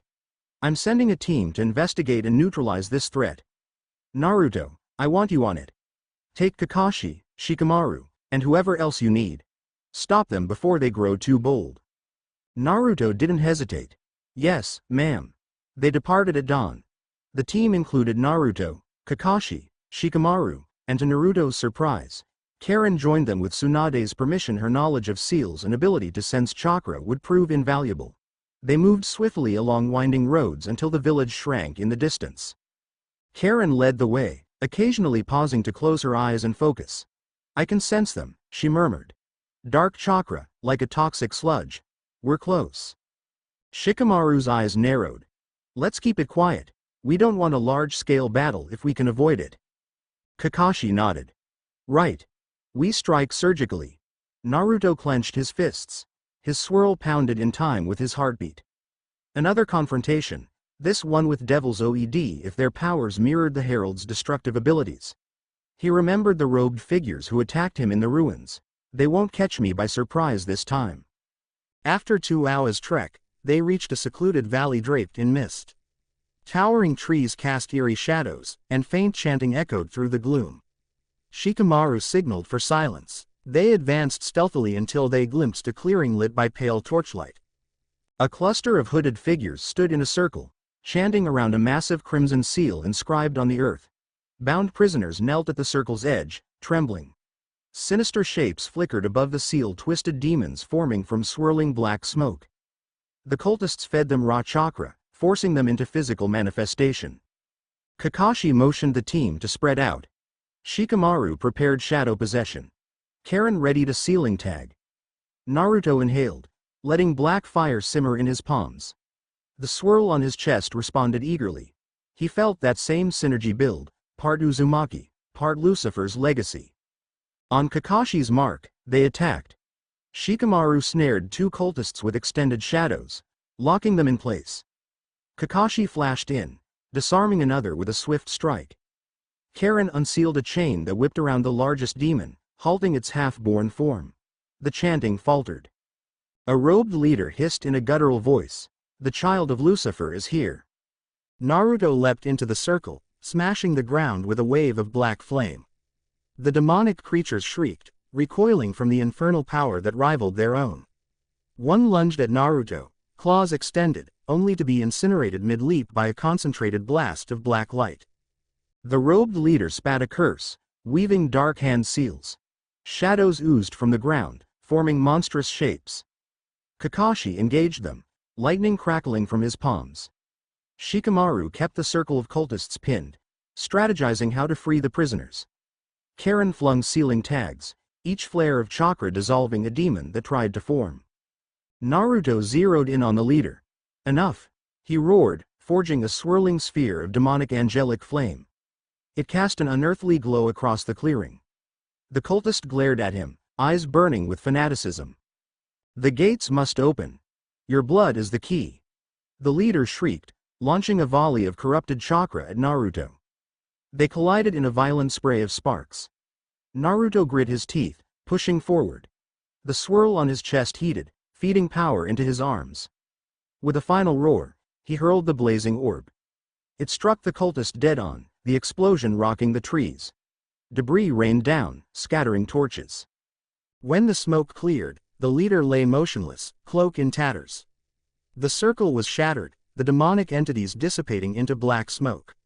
Shikamaru quickly freed the prisoners, and Karen sealed the last flickers of unholy energy. The forest fell eerily silent. Kakashi exhaled, checking on everyone. Good job. We ended it before they could complete whatever ritual they had planned. Shikamaru frowned. Still, they mentioned gates like they were trying to open a path for more demons or something bigger. Karen knelt near the battered ground. I see partial runes. They were definitely attempting a large-scale summon. This was just the first step. Naruto's gut churned. They won't stop. Not unless I make them. He peered at the unconscious cult leader, stepping closer. Despite the man's apparent defeat, a grin stretched across his bloodied lips. Foolish child, you have no idea what you stand against. The pit beckons. Angels above, devils below. Your soul is the battlefield. Naruto's eyes narrowed, black flame flickering around his fist. He wanted to end this threat, but he forced himself to calm. Shikamaru, let's bind him and bring him to the Hokage. Maybe we can learn more. The cultist only laughed, coughing up dark blood. His body spasmed, then turned to ash, dissolving before their eyes. Karen cursed under her breath. A failsafe, he was rigged to self-destruct so we couldn't interrogate him. Shikamaru gave a frustrated sigh. Troublesome. At least we rescued the prisoners. Kakashi surveyed the bleak remains of the clearing. Let's get them home. We've done what we can here. Naruto cast a final glance at the circle of ash. They'll come again. So will the heralds. They won't rest until I'm theirs or I'm dead. They led the freed captives back to Konoha. By the time they reached the village, the sun was setting behind broken clouds. The refugees stumbled forward, exhausted but alive, grateful to their rescuers. Shinobi medics rushed in, taking them for treatment. Naruto parted ways with the group. As he walked through battered streets, his body ached, mind swirling. He felt like a catalyst for something unstoppable. Heaven and hell are pushing in, cults are everywhere. Even with all his new strength, he wondered if he could truly protect everyone. He paused at a side street near the Hokage Rock, the place where the memorial stones sat. Hinata, Ino, Sakura, and Karen had gathered there, likely waiting for his return. Relief lit their eyes as he approached. He managed a wan smile. Mission's done, he said. They hurried to meet him. Ino lightly punched his arm. Idiot, you look half dead, sit down. He let them guide him to a bench. Sakura checked his injuries with practiced care, healing minor burns and bruises. Hinata hovered worriedly, Byakugan scanning for deeper wounds. Karen patted him on the shoulder, a silent good job. He noticed Tamari wasn't present, likely assisting the sand delegates around the village. Sakura finished healing him, then stepped back, tucking a strand of hair behind her ear. You keep pushing yourself. One day, you'll break. He gave a soft laugh. Maybe, but not today. Ino knelt in front of him, resting her hands on his knees. We're in this together, you know. If you need help. He placed a hand over hers. I know. There's so much happening at once. Karen leaned against the bench. We'll handle it. Even if angels and demons keep crashing our gates, we have you. Hinata nodded. You're our strength, Naruto-kun. Let us be yours too. Emotion crowded Naruto's chest. He couldn't recall a time he felt so supported yet so guilty for dragging them all into this cosmic mess. Each woman was resolute, refusing to leave his side. He wanted to keep them all safe, but everything in him roared that a war was coming, one that might eclipse the entire shinobi world. He took a breath. Then promise you'll look after yourselves. Promise me you won't do anything reckless trying to defend me. Sakura's voice was firm. We can't promise that. You do the same for us. He sighed, a faint grin tugging at his lips. Yeah, guess so. There was a brief, shared silence, a sense of closeness despite the looming threats. One by one, they stepped in, each giving him a comforting embrace. Ino pressed a quick kiss to his temple. Hinata squeezed his hand. Karen punched his shoulder lightly, then planted a fierce kiss on his cheek that made him blush. Sakura brushed her lips softly over his, leaving a flutter of warmth. Though it felt chaotic, it also felt incredibly real, each connection distinct, each woman a pillar he leaned on in different ways. The group parted with a shared understanding that the village needed them. As they scattered, Naruto's determination rekindled. He gazed up at the faces of past Hokage carved into the mountainside. He wanted to protect the village they'd built and the precious people who believed in him. He'd do it if he had to fight all the angels in heaven and every demon in hell. Night descended. Darkness clung to the battered walls of Konoha. The flicker of lanterns illuminated patches of rubble from the angelic strike. Naruto made his way to the hospital rooftops, seeking solitude. He found a vantage point that overlooked the southern gate, still bearing scorch marks from the battle. He stood there, arms crossed. Loans stirred behind him. He turned to see Sasuke, leaning against a ventilation shaft. The Uchiha's red eyes glowed faintly in the dim light. "You're working late," Naruto said. Sasuke huffed. "TCH. Just checking the perimeter." They stood in tense silence, the old rivalry mixed with unspoken concern. Finally, Sasuke spoke. "Those heralds. They matched you in strength. That must have been sobering." Naruto clenched his fists. "I won't let them kill me." Sasuke's gaze shifted to the gate. "I hate being outclassed. But even my Sharingan can't fully read that weird angelic chakra. It's like you're fighting on a different battlefield." Naruto's jaw tightened. "If you want to measure yourself against me, you'll have plenty of chances soon enough. This war is just getting started." Sasuke smirked, though it held little warmth. "Good, don't die before we settle our score." Naruto almost laughed. "Don't plan on it." They stared at each other for a moment longer, then Sasuke hopped off the roof, vanishing into the night. Naruto exhaled. Their rivalry burned, but an undercurrent of respect had grown. They both refused to be overshadowed by cosmic forces. Moonlight spilled over the silent streets. Naruto finally returned to his cramped apartment, exhaustion sinking into his bones. He locked the door, dropped onto his bed, and let out a long breath. The swirl on his chest felt tender from the day's battles. He recalled the celestial blade biting into his arm, the swirling demonic energies at the forest ritual. What next? He fished out the small vial Jiraiya had given him. The red liquid glowed softly in the dim room. "A warding essence," Jiraiya said. "Possibly a final safeguard if his power went berserk or if an enemy tried to control him." He set it carefully on the nightstand, not quite ready to use it unless he had no choice. Closing his eyes, he expected the dream to seize him, but for once, the darkness behind his eyelids remained silent. No silhouettes of Lucifer or Eve beckoned him. No flicker of black flame drifting through an infernal plane. Just the hush of night, broken only by the faint hum of distant thunder. Yet even without the dream, he felt a sense of urgency pressing in. The war had arrived at Konoha's gates, angels and devils vying for the keys to realms unknown. Everywhere he turned, new threats sprang up. And at the heart of it all was him, the son of Lucifer and Eve, an unholy heritage that spilled over into the shinobi world. The weight of it pressed on his chest, making it hard to breathe. "I will protect them," he vowed in the silence. "I won't become a monster. Nor will I bow to angels or devils. I'll forge my own path even if it means shouldering the burdens of two realms." He felt something stir within, a deep well of power that had grown each time he fought, each time he embraced his bond with others. The swirl of black and red briefly glowed under his shirt, a silent promise of greater heights he had yet to reach. He steadied his breathing, letting exhaustion drag him toward sleep. Whatever tomorrow brings, I'll meet it head on. Lightning flickered outside, illuminating the cramped walls of his apartment for just an instant. Then darkness returned, and Naruto drifted into a restless slumber. Somewhere beyond mortal sight, old powers shifted, angels regrouped, devils plotted, and hidden cults sharpened their knives. All eyes turned toward Konoha, toward the unstoppable hybrid who dared defy them all.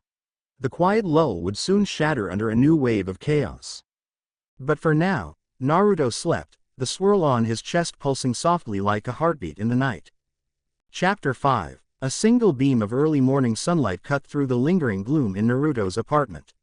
He woke with a jolt, breath catching in his throat. No nightmare this time, just an unshakable feeling of urgency. The swirl on his chest pulsed faintly beneath his shirt, as if echoing an unseen drumbeat.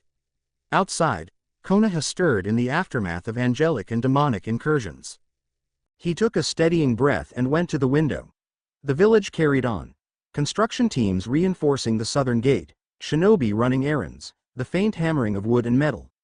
It should have been a comforting sign of resilience, yet he couldn't shake the tension coiling in the air. Somewhere beyond the horizon, more forces were gathering, heaven and hell, cultists, armies, and they all had their eyes on him. Naruto turned away from the window, quickly grabbed his gear, and headed outside.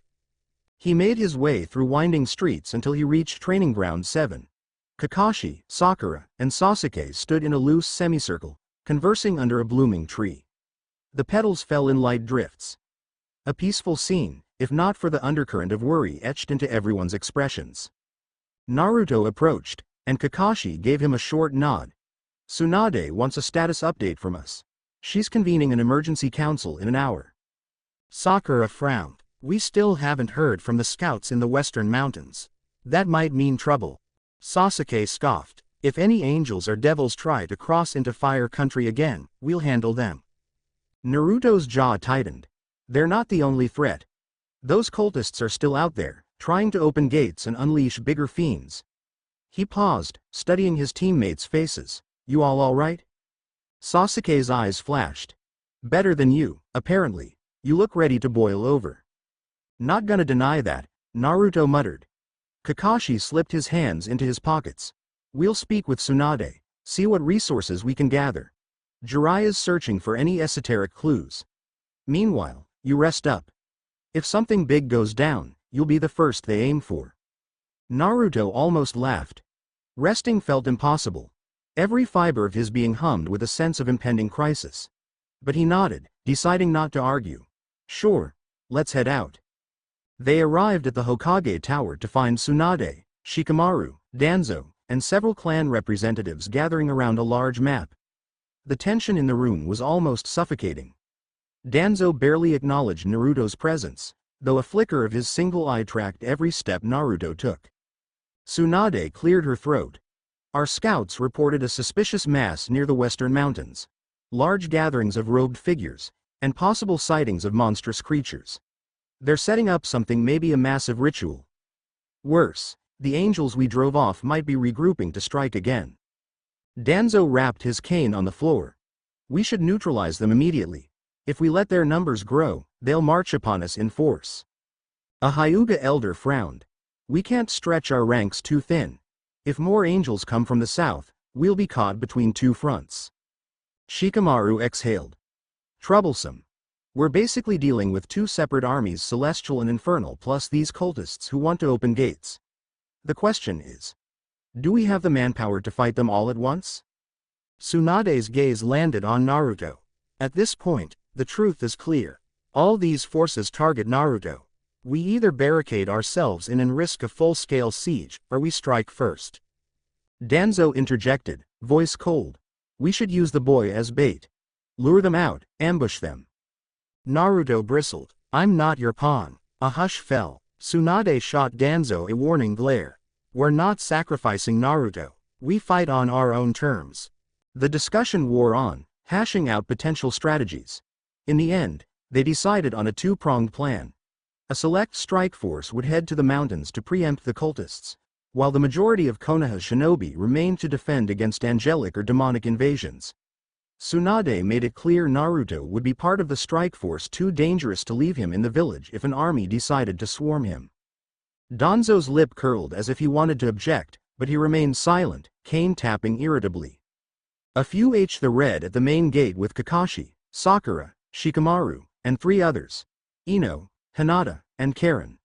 They formed the strike squad. Tsunade insisted on sending strong medics and sensors, and it was no secret each of these kunoichi also possessed unwavering loyalty to Naruto.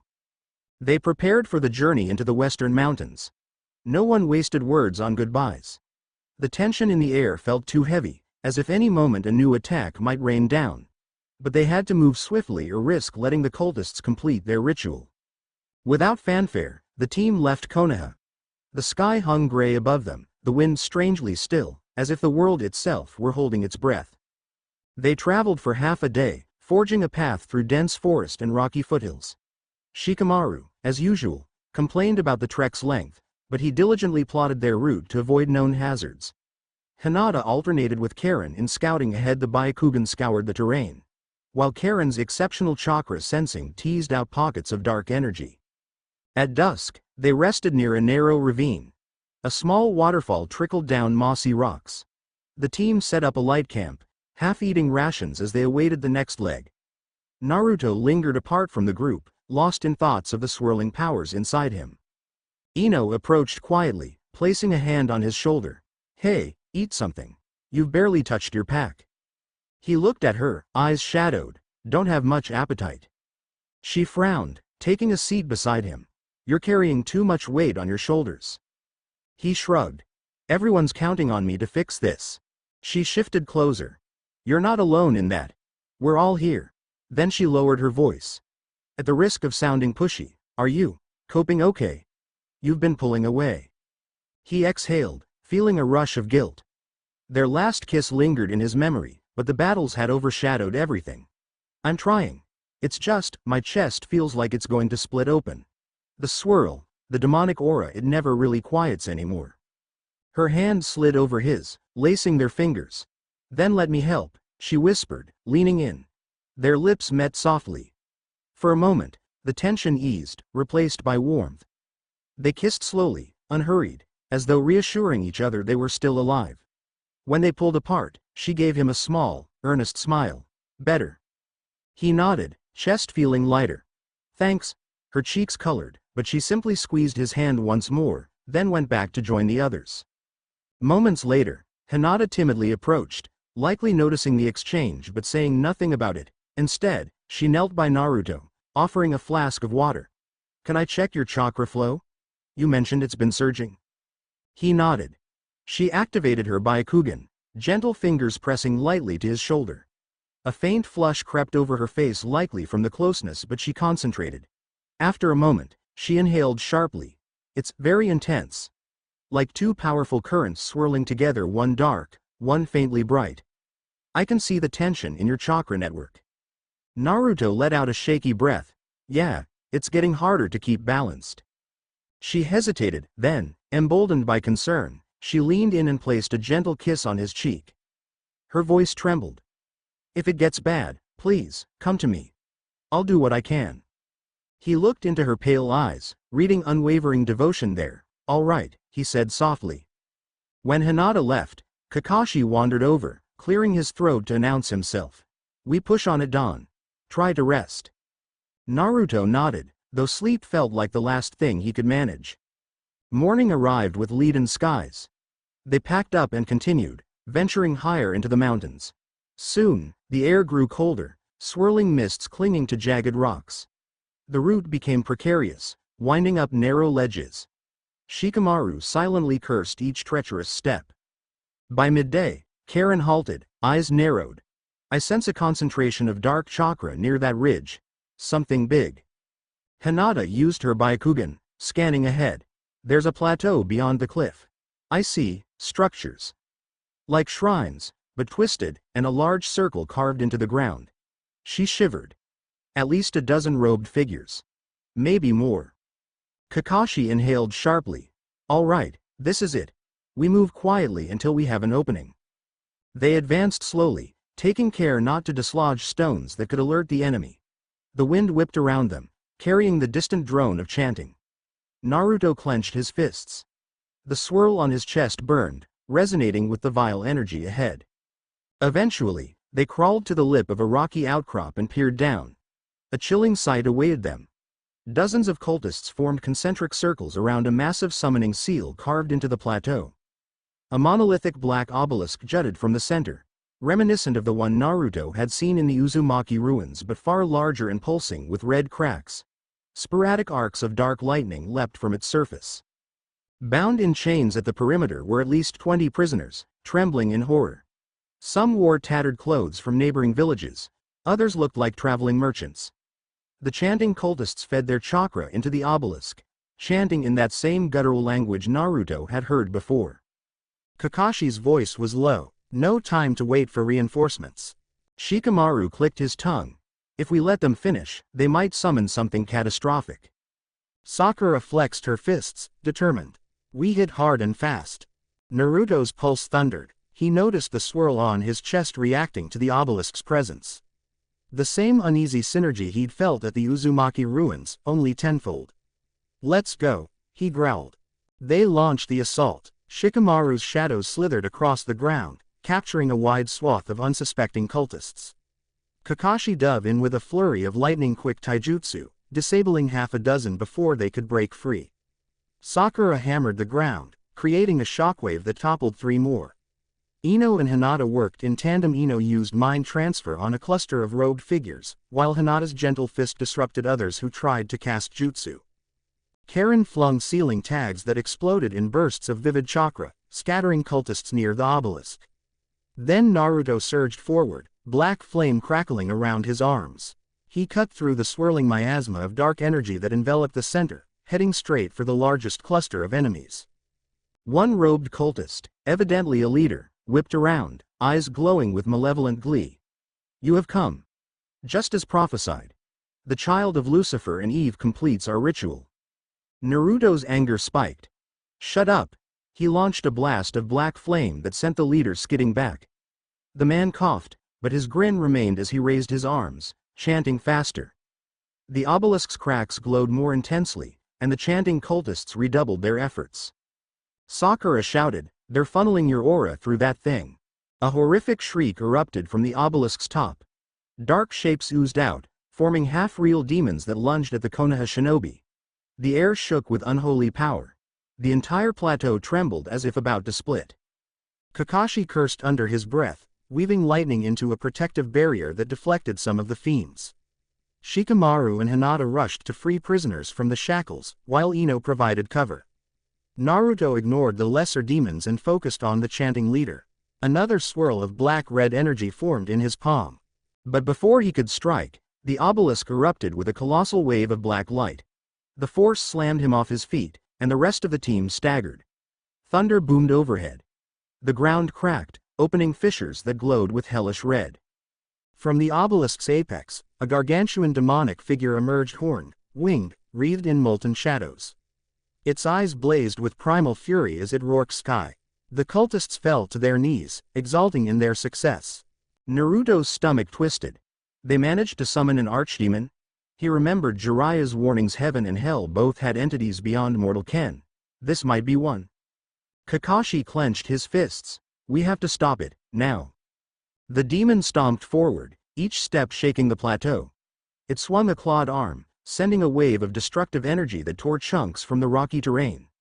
Sakura barely dodged, rolling across jagged rubble. Ino yelped, forced to break a mind transfer to avoid being crushed. Naruto's swirl flared, reacting strongly to the demon's presence. He felt an odd sense of kinship and revulsion all at once. This monstrous thing was of the same realm as part of his heritage, but wholly consumed by malice. "You want my power?" Naruto shouted, black flame igniting around him in roiling arcs. "Fine, come take it." He launched himself at the demon, forging a swirling orb of demonic angelic flame between his hands. The demon roared, countering with a blast of infernal fire. The two forces clashed midair in a blinding explosion that knocked both combatants back. Naruto landed in a crouch, arms trembling. Kakashi and Sakura attacked from the sides. Kakashi's rakery crackled, gouging a deep wound into the demon's flank, while Sakura landed a pulverizing punch that shattered part of its rocky carapace. The demon howled, bleeding streams of sizzling black fluid. "Keep the pressure," Shikamaru yelled, immobilizing the flailing tail with his shadow just long enough for Hinata's gentle fist to sever it. Ino flung kunai at the cultists trying to feed the demon more power. Karen pressed ceiling tags onto the ground, weakening the summoning circle. But the demon regenerated at an alarming rate. The cracks in its carapace sealed, molten shadow knitting together. It swung an arm and unleashed another shockwave. Kakashi and Sakura dove for cover. Naruto was battered with debris, pain lancing his side. He gritted his teeth, pressing a hand to his ribs. "This thing is brutal." The swirl on his chest burned hot. He knew tapping deeper into Lucifer's lineage might be the only way. But every time he used that next level of power, something inside him lurched dangerously close to losing control. Another roar shook the plateau. The demon's eyes fixed on Naruto, as though sensing the prime prize. The ground sizzled beneath its feet as it lumbered closer, maw dripping with fiery drool. The cultist leader laughed maniacally. "Yes. Consume him. Bring forth the final gateway." Naruto's anger blazed. He forced himself to remember the faces of his friends, those he loved: Ino, Hinata, Sakura, Karen, Temari, everyone in Konoha counting on him. I can't hold back. He closed his eyes, letting the swirl fully awaken. Black wings of flame burst from his back, flickers of pale light interlaced with the darkness. A hush fell across the battlefield as the demon recognized raw celestial demonic power. Kakashi looked on with alarm. Naruto's eyes opened, glowing with feral intensity. He soared upward, wings beating the air. The demon bellowed and lunged, swiping a claw at him. Naruto twisted, channeling that unstoppable might into a single blazing spear in his hand, a spear of black fire tinged with golden edges, forging the impossible union of heaven and hell. With a roar, he dove straight at the demon's chest. The creature tried to block, but Naruto's spear punched through its molten hide in a burst of sizzling energy. Shockwaves rippled outward, blasting away cultists and scattering debris. For a heartbeat, time stood still. The demon let out a final, agonized shriek. Then it collapsed, body dissolving into ash and cinder. Naruto hit the ground hard, breath ragged, wings flickering out of existence. The swirl on his chest pulsed erratically, pain lancing through him. He knelt amid swirling dust and ruin, hearing only the echoes of the demon's death cry. Karen rushed to his side, checking him over, while Kakashi and the others swiftly subdued or eliminated the remaining cultists. The black obelisk cracked further, no longer fed by demonic energy, then crumbled in on itself. A wave of residual power swept across the plateau, extinguishing the last flickers of the summoning circle. The battle was over. They gathered by the shattered obelisk. Shikamaru's shadow bind pinned the few surviving cultists, while Hinata and Ino freed the remaining prisoners. Most of the captives were half-starved and traumatized. Medical attention would be top priority. Naruto slumped against a fallen slab of rock, blood trickling from his temple. His entire body throbbed. The unleashed power had been immense and draining. The swirl at his chest stung like it had burned into his skin. Sakura crouched, gently examining him. You've pushed yourself too far again. Her hand glowed with healing chakra, easing some of the worst injuries. Karen hovered behind her, face tight with concern. I sensed your chakra spiking to insane levels. That was, beyond anything I've felt from you before. He tried to speak, voice coming out hoarse, had no choice. Hinata knelt beside him, tears brimming. I'm just glad you're alive. In the background, Kakashi directed final cleanup, sealing away any leftover demonic residue, ensuring the cultists couldn't pull a last-ditch stunt. Shikamaru signaled they were ready to move out. As they prepared to evacuate, a sudden hush swept over the plateau. Karen froze, eyes darting around. Wait, does anyone else sense that? Naruto forced himself upright, ignoring the pain. The air changed, becoming charged with static. A high-pitched hum vibrated in their ears. Above the crater left by the collapsed obelisk, a rift in the sky wavered, shimmering with faint golden light. Kakashi cursed. Not again. Sakura, panting, shook her head. Angels? Naruto's heart seized. The swirl thrummed. Sure enough, shapes emerged from the rift-winged silhouettes, clad in pale armor. Fewer than before, but their auras radiated raw power. Leading them was a tall figure with 6 wings, each feather glinting with divine brilliance. The angel descended, gaze sweeping the battlefield with cold judgment. So the archdemon has fallen, it said, voice echoing unnaturally. Naruto Uzumaki, your existence continues to offend heaven's design.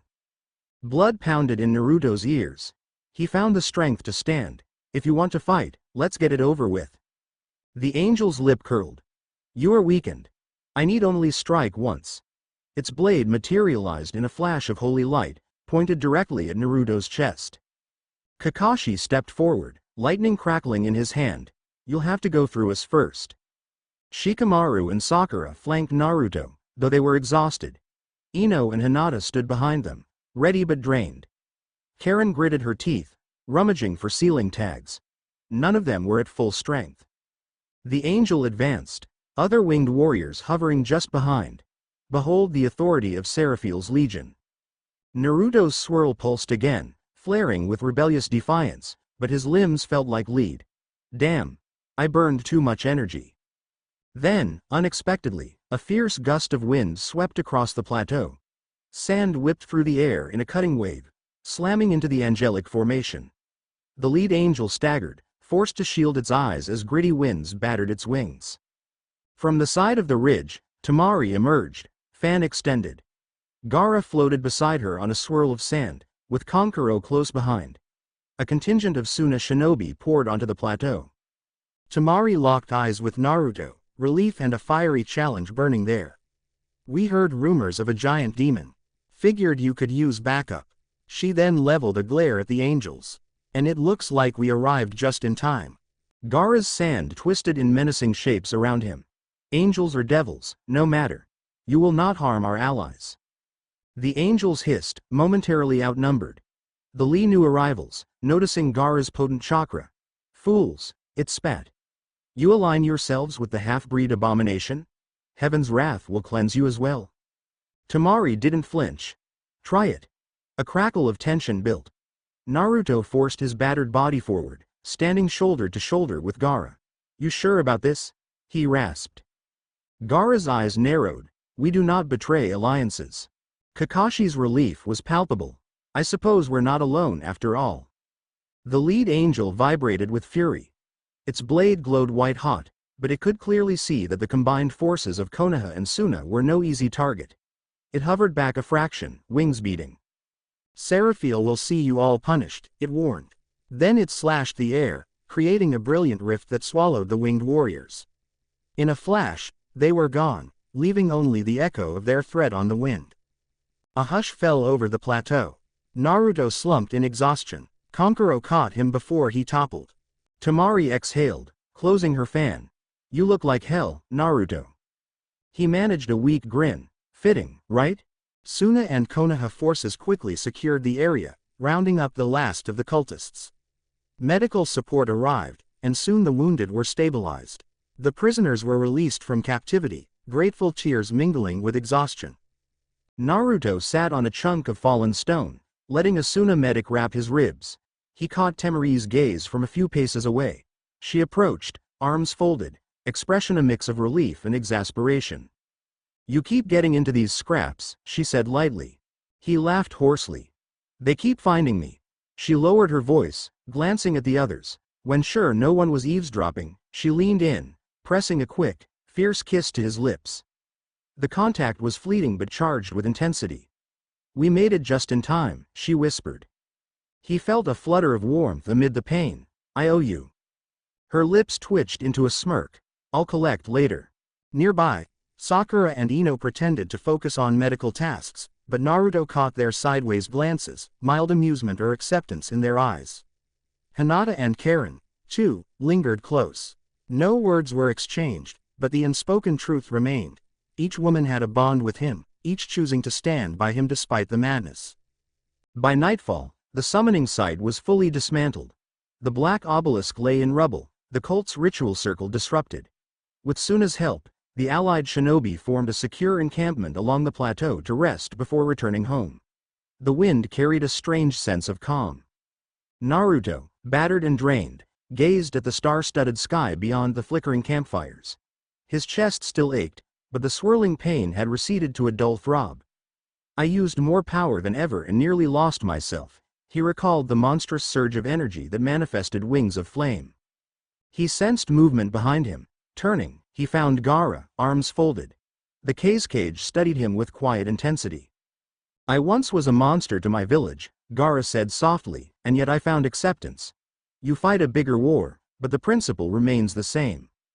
Naruto lowered his gaze. "Sometimes I wonder if I'm tipping the world toward destruction just by existing." Gaara's expression was grave. "You bring people together, Konoha, Suna, your friends. That is not destruction." Naruto nodded slowly, gratitude stirring within. "Thanks." Without further words, Gaara left him to his thoughts, returning to check on his own shinobi. Later, Naruto slipped away to a quiet corner of the encampment, seeking a moment alone. The flicker of torchlight danced across weathered stone. A swirling wind carried distant murmurs of conversation, but he found a relatively secluded spot behind a half-collapsed pillar. He sank to the ground, resting his back against the pillar, eyes heavy-lidded. The swirl on his chest felt bruised, but stable. No nightmares had come to him yet, just a profound sense of fatigue. Footsteps approached softly. He looked up to see Sakura, Ino, Hinata, Karen, and Tamari all converging. Evidently, they'd decided to check on him en masse. A hint of awkwardness flickered among them, but it quickly passed. Sakura spoke first. "You should really let yourself rest." He chuckled weakly. "I know." Ino brushed a hand through her hair. "Seriously, you'll keel over at this rate." Karen nodded, pushing up her glasses. "Using so much of that crazy hybrid chakra, it's not healthy." Hinata lowered her gaze. "We worry, a lot." Tamari, arms folded, had a faint smirk. "Don't make us drag you back to the village in pieces." Naruto looked at them, warmth and guilt mixing in his chest. Each had risked so much, each cared in their own way. He tried to speak, but emotion strangled his voice for a moment. Finally, he managed, "Thank you." They settled around him, forming a loose circle. It felt momentarily private, despite the larger camp not far away. Karen gestured. "Let me check your injuries." She pressed 2 fingers gently to his temple, scanning with her chakra. "Sakura's healing did most of the work, but you're still dangerously low on reserves." Sakura nodded. "We should get you back to Konoha's hospital as soon as possible." He sighed. "Yeah, I'm not arguing." Tamari crouched near him, fan resting against her leg. "That was some stunt you pulled with those wings. You nearly gave me a heart attack." He swallowed. "I just reacted." Ino offered a faint smile, "and saved everyone's lives, again." She lowered her voice, glancing at the others. "The angels still want you gone. The cultists are beaten but not destroyed, and demons might try again. But for now, we have a chance to breathe." Hinata's eyes were soft. "And we all stand with you." His heart felt too full. He nodded. "I'll do everything in my power to protect you." Sakura reached out, resting her hand on his. "Don't forget to let us protect you too, Naruto." A hush fell, charged with affection and relief.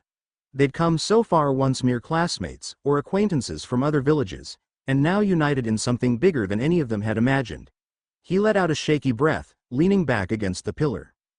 Tamari broke the silence, clearing her throat as a faint blush tinted her cheeks. "So, about that kiss I owe you back in Konoha." Sakura snorted, Hinata hid a small giggle, Ino rolled her eyes, and Karen let out a teasing cackle. Naruto's cheeks went hot, but he cracked a grin.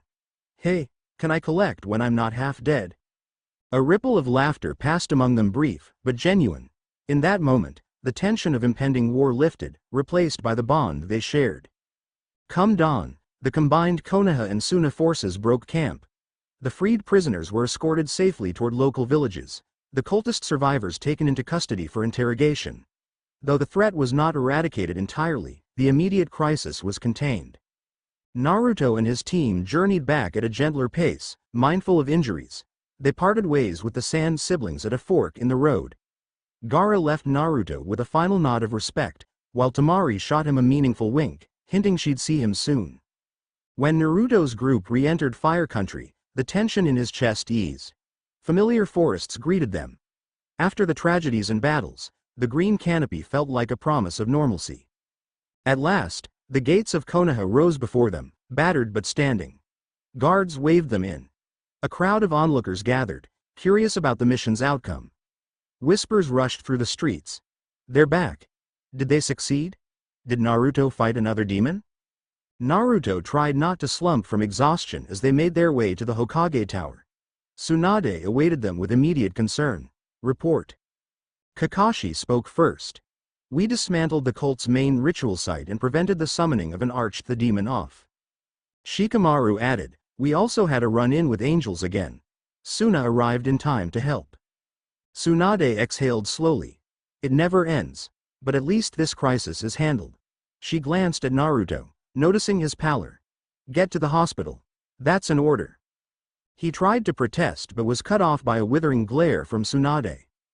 Sakura, Ino, Karen, and Hinata practically frog-marched him to the hospital. He finally gave in, letting them fuss over him. A small part of him enjoyed the attention, though guilt gnawed at him for worrying them so much. For the next few days, Naruto recovered in the hospital. The swirl on his chest gradually calmed, though it still flared at times. Doctors found no normal diagnosis for his condition. His demonic angelic heritage was beyond standard medicine. but under Tsunade's watchful eye, they patched him up as best they could. His visitors were frequent. Hinata and Ino brought flowers, Karen dropped by with research notes, and Sakura monitored his vitals.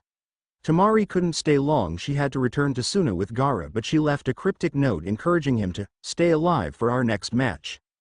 At one point, Jiraiya breezed into the room, arms folded. Guess I can't leave you alone for 5 minutes without you blowing up half a mountain. Naruto rolled his eyes. You heard? The toad sage grinned, but worry lined his face. Yep. Word spreads fast. Angels, devils, cults, big demon sounds like a real party. Then he grew serious.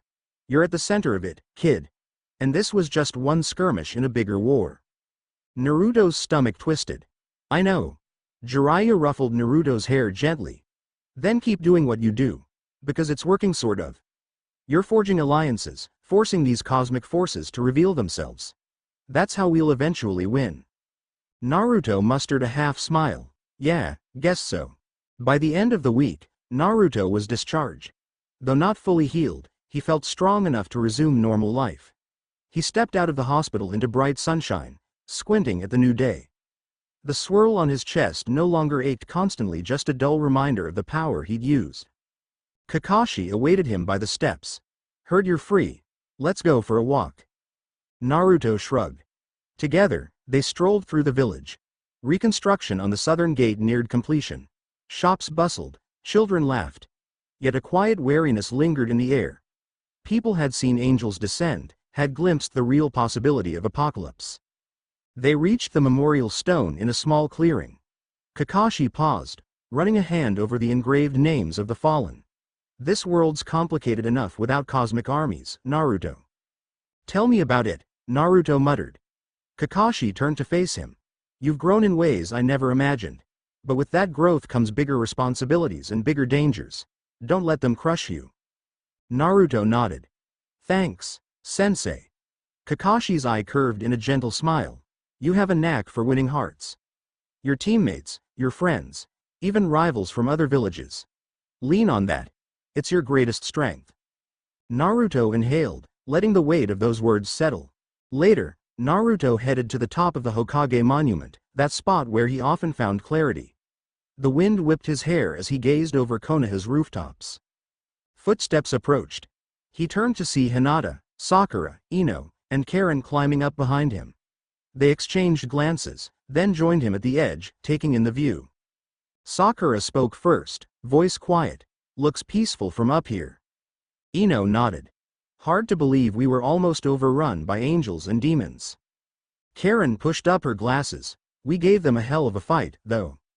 Hinata clasped her hands in front of her, and we did it together. Naruto watched them, heart full. The swirl on his chest warmed, not in pain, but in recognition of these bonds.